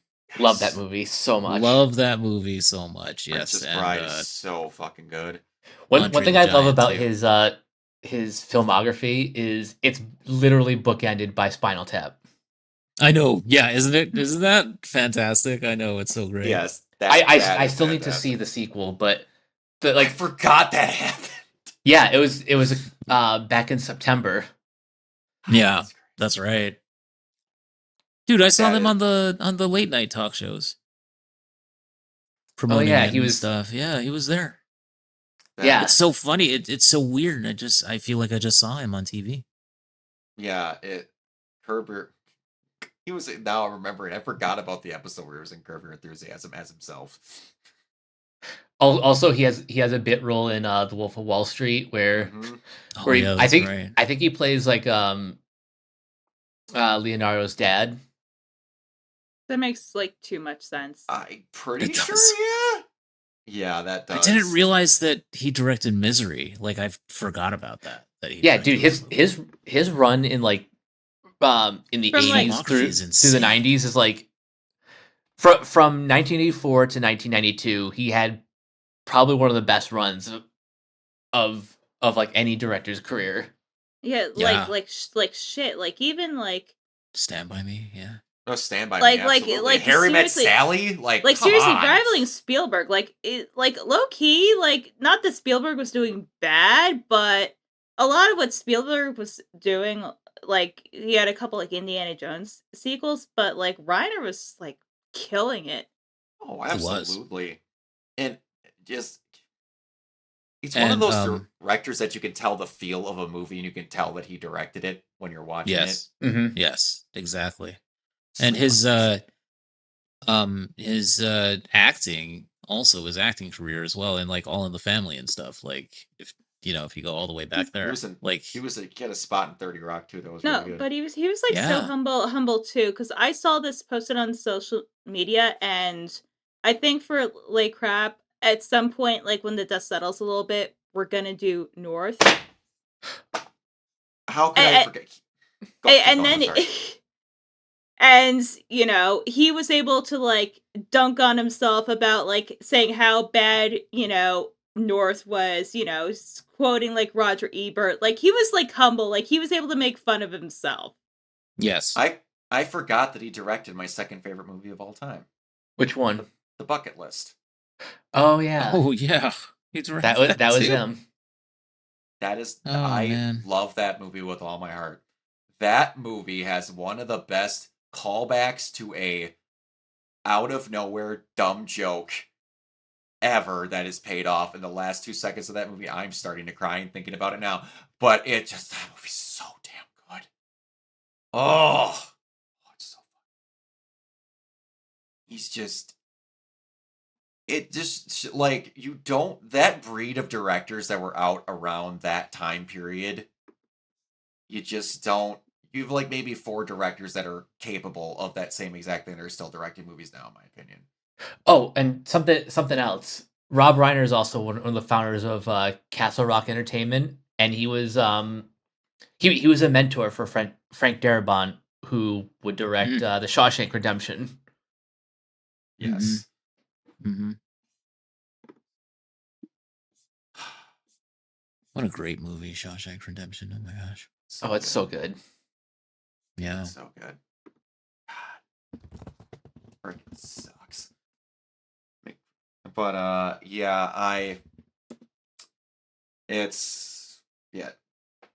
Pringle, we're not going to talk about that because that's mostly political and we don't like to get into political stuff, but I did hear about that. But All I'll do for that Yeah. is just Yeah. Mick Foley. Yep. But it's that one hurt. This one hurts. Well, because it was just Yeah, so it so hurts out of nowhere, and Yeah, because I so don't want I to get know. too into it. I don't even know what Conan O'Brien is thinking right now. I don't know. Oh, Man, God. he's probably devastated. I'm sure. No, and like I said, we're not going to get into it, but the more the details come out, the more fucking just terrible that whole situation gets. But yeah, I'm watching like Harry Met Sally and Bucket List. I'm rewatching this Right. weekend. And like, And the not that Mask, it honestly. needs to be said, just to kind of tie in what you just said, Brock, about like not making stuff political. Anyone who's making this political, fuck you. Yep. Yep. Mm-hmm. Like, this has zero to do Yeah. with anything. Yes. Again, I understand there has been dumb things said by political figures that have to do with this. This is a situation where a joy of American filmmaking and an unbelievably great individual is passed, and his wife. Let's not discredit his wife, who is talented and done many amazing things herself. This situation just sucks. We lost a great person in our right, and like I feel like a lot of people forget that he had friends on like both sides of the aisle. Like this is like not the hill you want to die on. No, because Rob would have told you to shut the fuck up. Yep, exactly. You would have. So just go watch your favorite films of that. Not just him, Peter Green, everybody. I'm not kidding you. When we were prepping for this, that I saw like 4 different voice actors that are from like the mid 90s and 80s that popped up too. It's just, and like you said, Carrie was last week. It's just, this year is out of control as it's coming toward an end. Yeah. Well, I feel like we should end this on a little bit more of a positive note. Positive note, yeah. Okay. If you've got something, go ahead. Would you like to read a chapter of My Immortal? I would love to. All right, let's actually start from the beginning, just so we have a little bit of continuity. All right. Oh, yes. I forgot before we go. The voice actors for Sheen and Doug Dimmadome passed away. Yeah. Yeah, I saw. Those were 2 of the big ones. Yep. That sucked. Yeah, definitely like 2 big parts of like early 2000s Nickelodeon. 1, she's a girl. 2, she's not a boy. And most importantly, she's a girl. All right. So we'll do 1 chapter. I promise. It's fine. Just this. It's just this paragraph. I promise. Like this is not before we get into crazy. Do I need to read that top chunk? Yes, it is essential to it. All right. Okay. So, who is AN? Is that just author's note? Author's note. Okay, got it. Author note special sayings, I got it, because I'm gothic. You, to a girlfriend, you, not in that way, Raven, Blood for X, helping me with so that's, okay, that's just an author's note. Got it. Okay, yeah. So. All right, so that's supposed to be a woman? All right, so can I say the author's note really quick? Because I have it. Right. Author's note. Special thanks. Get it? Because I'm gothic. To my TF. Ew, not in that way. Raven. Bloody Tears 666 for helping me with the story and spelling. You rock. Justin, you're the love of my prison life. You rock too. MCR rocks. X666. They forgot all the 666s that were in there too. Yeah, in the future we're gonna have to divvy out these roles so that we can split this up. But do you want to give Kiona a rundown on what the hell I'm reading? Because he was not a part of this. Right. So Kiona, I'm so confused. So this is perhaps the greatest fan fiction ever written. So my Immortal is quote unquote Harry Potter fanfic that was written between 2006 and 2007. One so infamous that the original one was actually taken down off of fanfiction.net, but people kept uploading it. So basically everyone in the Harry Potter universe, and this is to me the only valid version of Harry Potter left, they're basically all like mid-2000s like emo hot topic lovers. And the main story is the romance between the OC and Draco Malfoy. It's fantastic. I read a snippet of this at an earlier time, and they referred to dicks as my thingy, which was fucking hilarious. So, all right. Hello. My name is Ebony Darkness Dementia Ravenway, and I have long ebony black hair. That's how I got my name, with purple streaks and red tips that reaches my mid-back and icy blue lid. Eyes like limpid tears, and a lot of people tell me I look like Amy Lee. Author note, if you don't know who that is, get the hell out of here. I'm not related to Gerard Way. I wish I was because he's a major fucking hottie. I'm a vampire, but my teeth are straight and white. I have pale white skin. I'm also a witch. And I go to a magic school called Hogwarts in England where I'm a 7th year. I'm 17. I'm a goth, in case you couldn't tell, and I wear mostly black. I love Hot Topic, and I buy all my clothes from there. For example, today I was wearing a black corset and matching lace around it, and a black leather miniskirt, pink fishnets, and black combat boots. I was wearing black lipstick, white foundation, and black eyeliner and red eyeshadow. I was walking around outside Hogwarts. It was snowing and raining, so there was no sun. Which, I don't know why she's very English. Which I was very happy about. A lot of preps were staring at me. I put up my middle finger at them. "Hey, everybody!" shouted a voice. I looked up. It was Draco Malfoy! "Nothing." "What's up, Draco?" I asked. "Nothing," Draco said shyly. But then I heard my friends call me and I had to go away. Author's note. Good Lord. Is it good? Please tell me thanks. Fiona is just.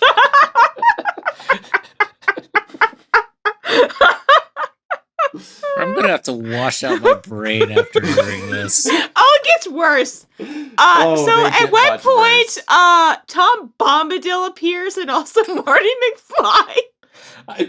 Because reasons. So, correct me if I'm wrong. This started out as a semi-serious attempt at a fan fiction, and then just went fully like we don't care That's anymore. my theory. Like, no one knows for sure. No one even knows who wrote this. Like, it has been contested between lies. Like, there is a conspiracy theory around who wrote this fanfic. I love how we have the ancient texts of fanfiction.net stored away in this fucking archive. And no, I am not fucking cosplaying this, Irene. But the last one that we read was a million times worse. That, I don't remember what that chapter was, but it was fucking bad. I died when they called his dick his thingy. Alright. I fucking couldn't. Okay, you know what? Just because I, again, want more high, I just want to read 2. Okay, we'll read I'll that do quickly. One more. I'll do one. Holy because shit. It's short. No, Okay, that's right. All right, I will do one more. Then we'll get out of here. Okay, does anyone else want to read? His dingle dangle. But is there actual... Oh, here's the thing. Does it actually separate where the parts are? Yes. So... Is it he and... The problem is it doesn't really describe where... I can get it on this, and we can separate the parts later on in the next one if we do this again next week. All right. Anyway, I will bear the burden of doing all these rules in one shot. Oh, all God. Right. The next day, I woke up in my bedroom. It was snowing and raining again. I opened up the door of my coffin. Oh my God. I woke up the door of my coffin and drank some blood from a bottle I had. My coffin was black ebony inside, and it was hot pink velvet with black lace on the ends. I got up out of my coffin and took my giant MCR t-shirt, which I used as pajamas instead. I put on a black leather dress and a pentagram necklace, combat boots, and black fishnets on, and I put on 4 pairs of earrings.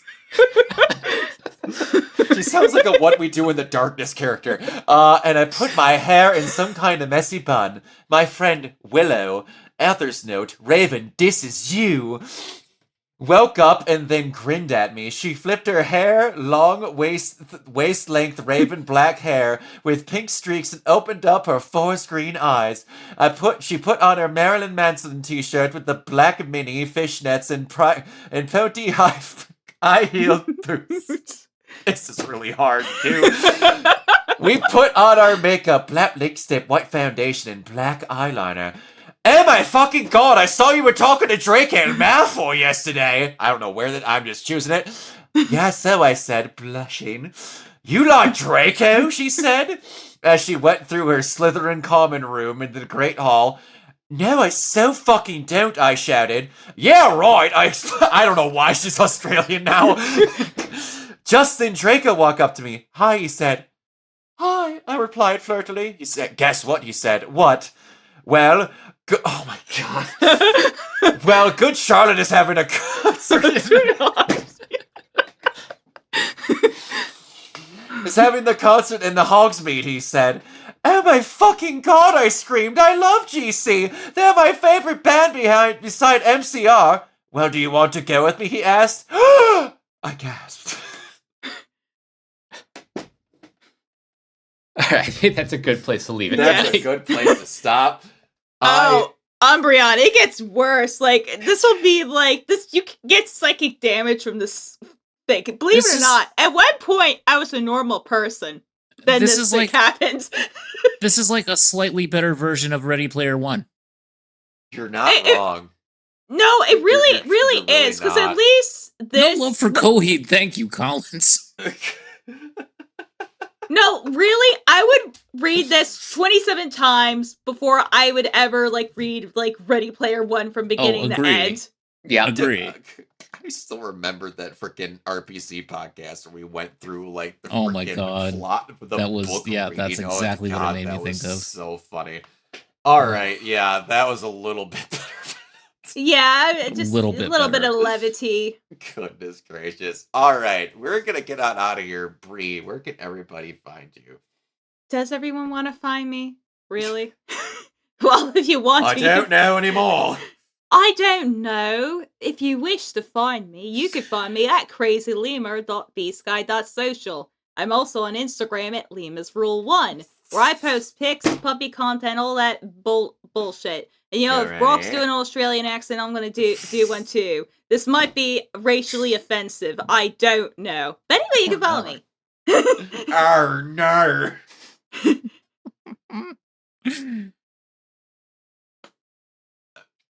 Anyway, go ahead. I'm crying. Oh, were you done? Or you got more? No, I'm never done, Brock. Except for now. Kiona, where can everyone find you online? Yeah, where can everyone find you? What accent are you gonna do, Kiona? I'm gonna do my accent because I have no accent. Okay, I have a North American accent. All right, so you can find me on Twitter at Neoplasmic24, also on Instagram at Threads of Neoplasmic81, also on Blue Sky and Twitch at just Neoplasmic. Mike, where can everybody find you? You guys can find me on various social media sites at Captain K42. You can check out my quick thoughts on letterboxd.com/Coach K42. And you can follow Renegade Pop Culture on Facebook and Blue Sky at Renegade Pop Culture. You can also find us on YouTube at Renegade Pop Culture or at Organoid Zero. You can also find us on Podchaser and consider supporting our Patreon at patreon.com/Renegade Pop Culture. Listen to all of our Spotify podcasts on the places. And on the Banana Meter. Yes. And Pandora. And Pandora for some God only knows what reason. And last but not least, everything can be found at renegadepopculture.com. Need an escape? So do we. I was about to attempt Gilbert Godfrey, but I'm not doing that right now. You can find me. You can find me on Organoid Zero. I can't do that. You can find me everywhere at Organoid Zero, mainly on Twitch and YouTube. If you are into cosplay and the like, you can find me over on my Instagram, where my congoing and cosplaying and such is over there. Until next time, we need to end this podcast. Bye. Bye.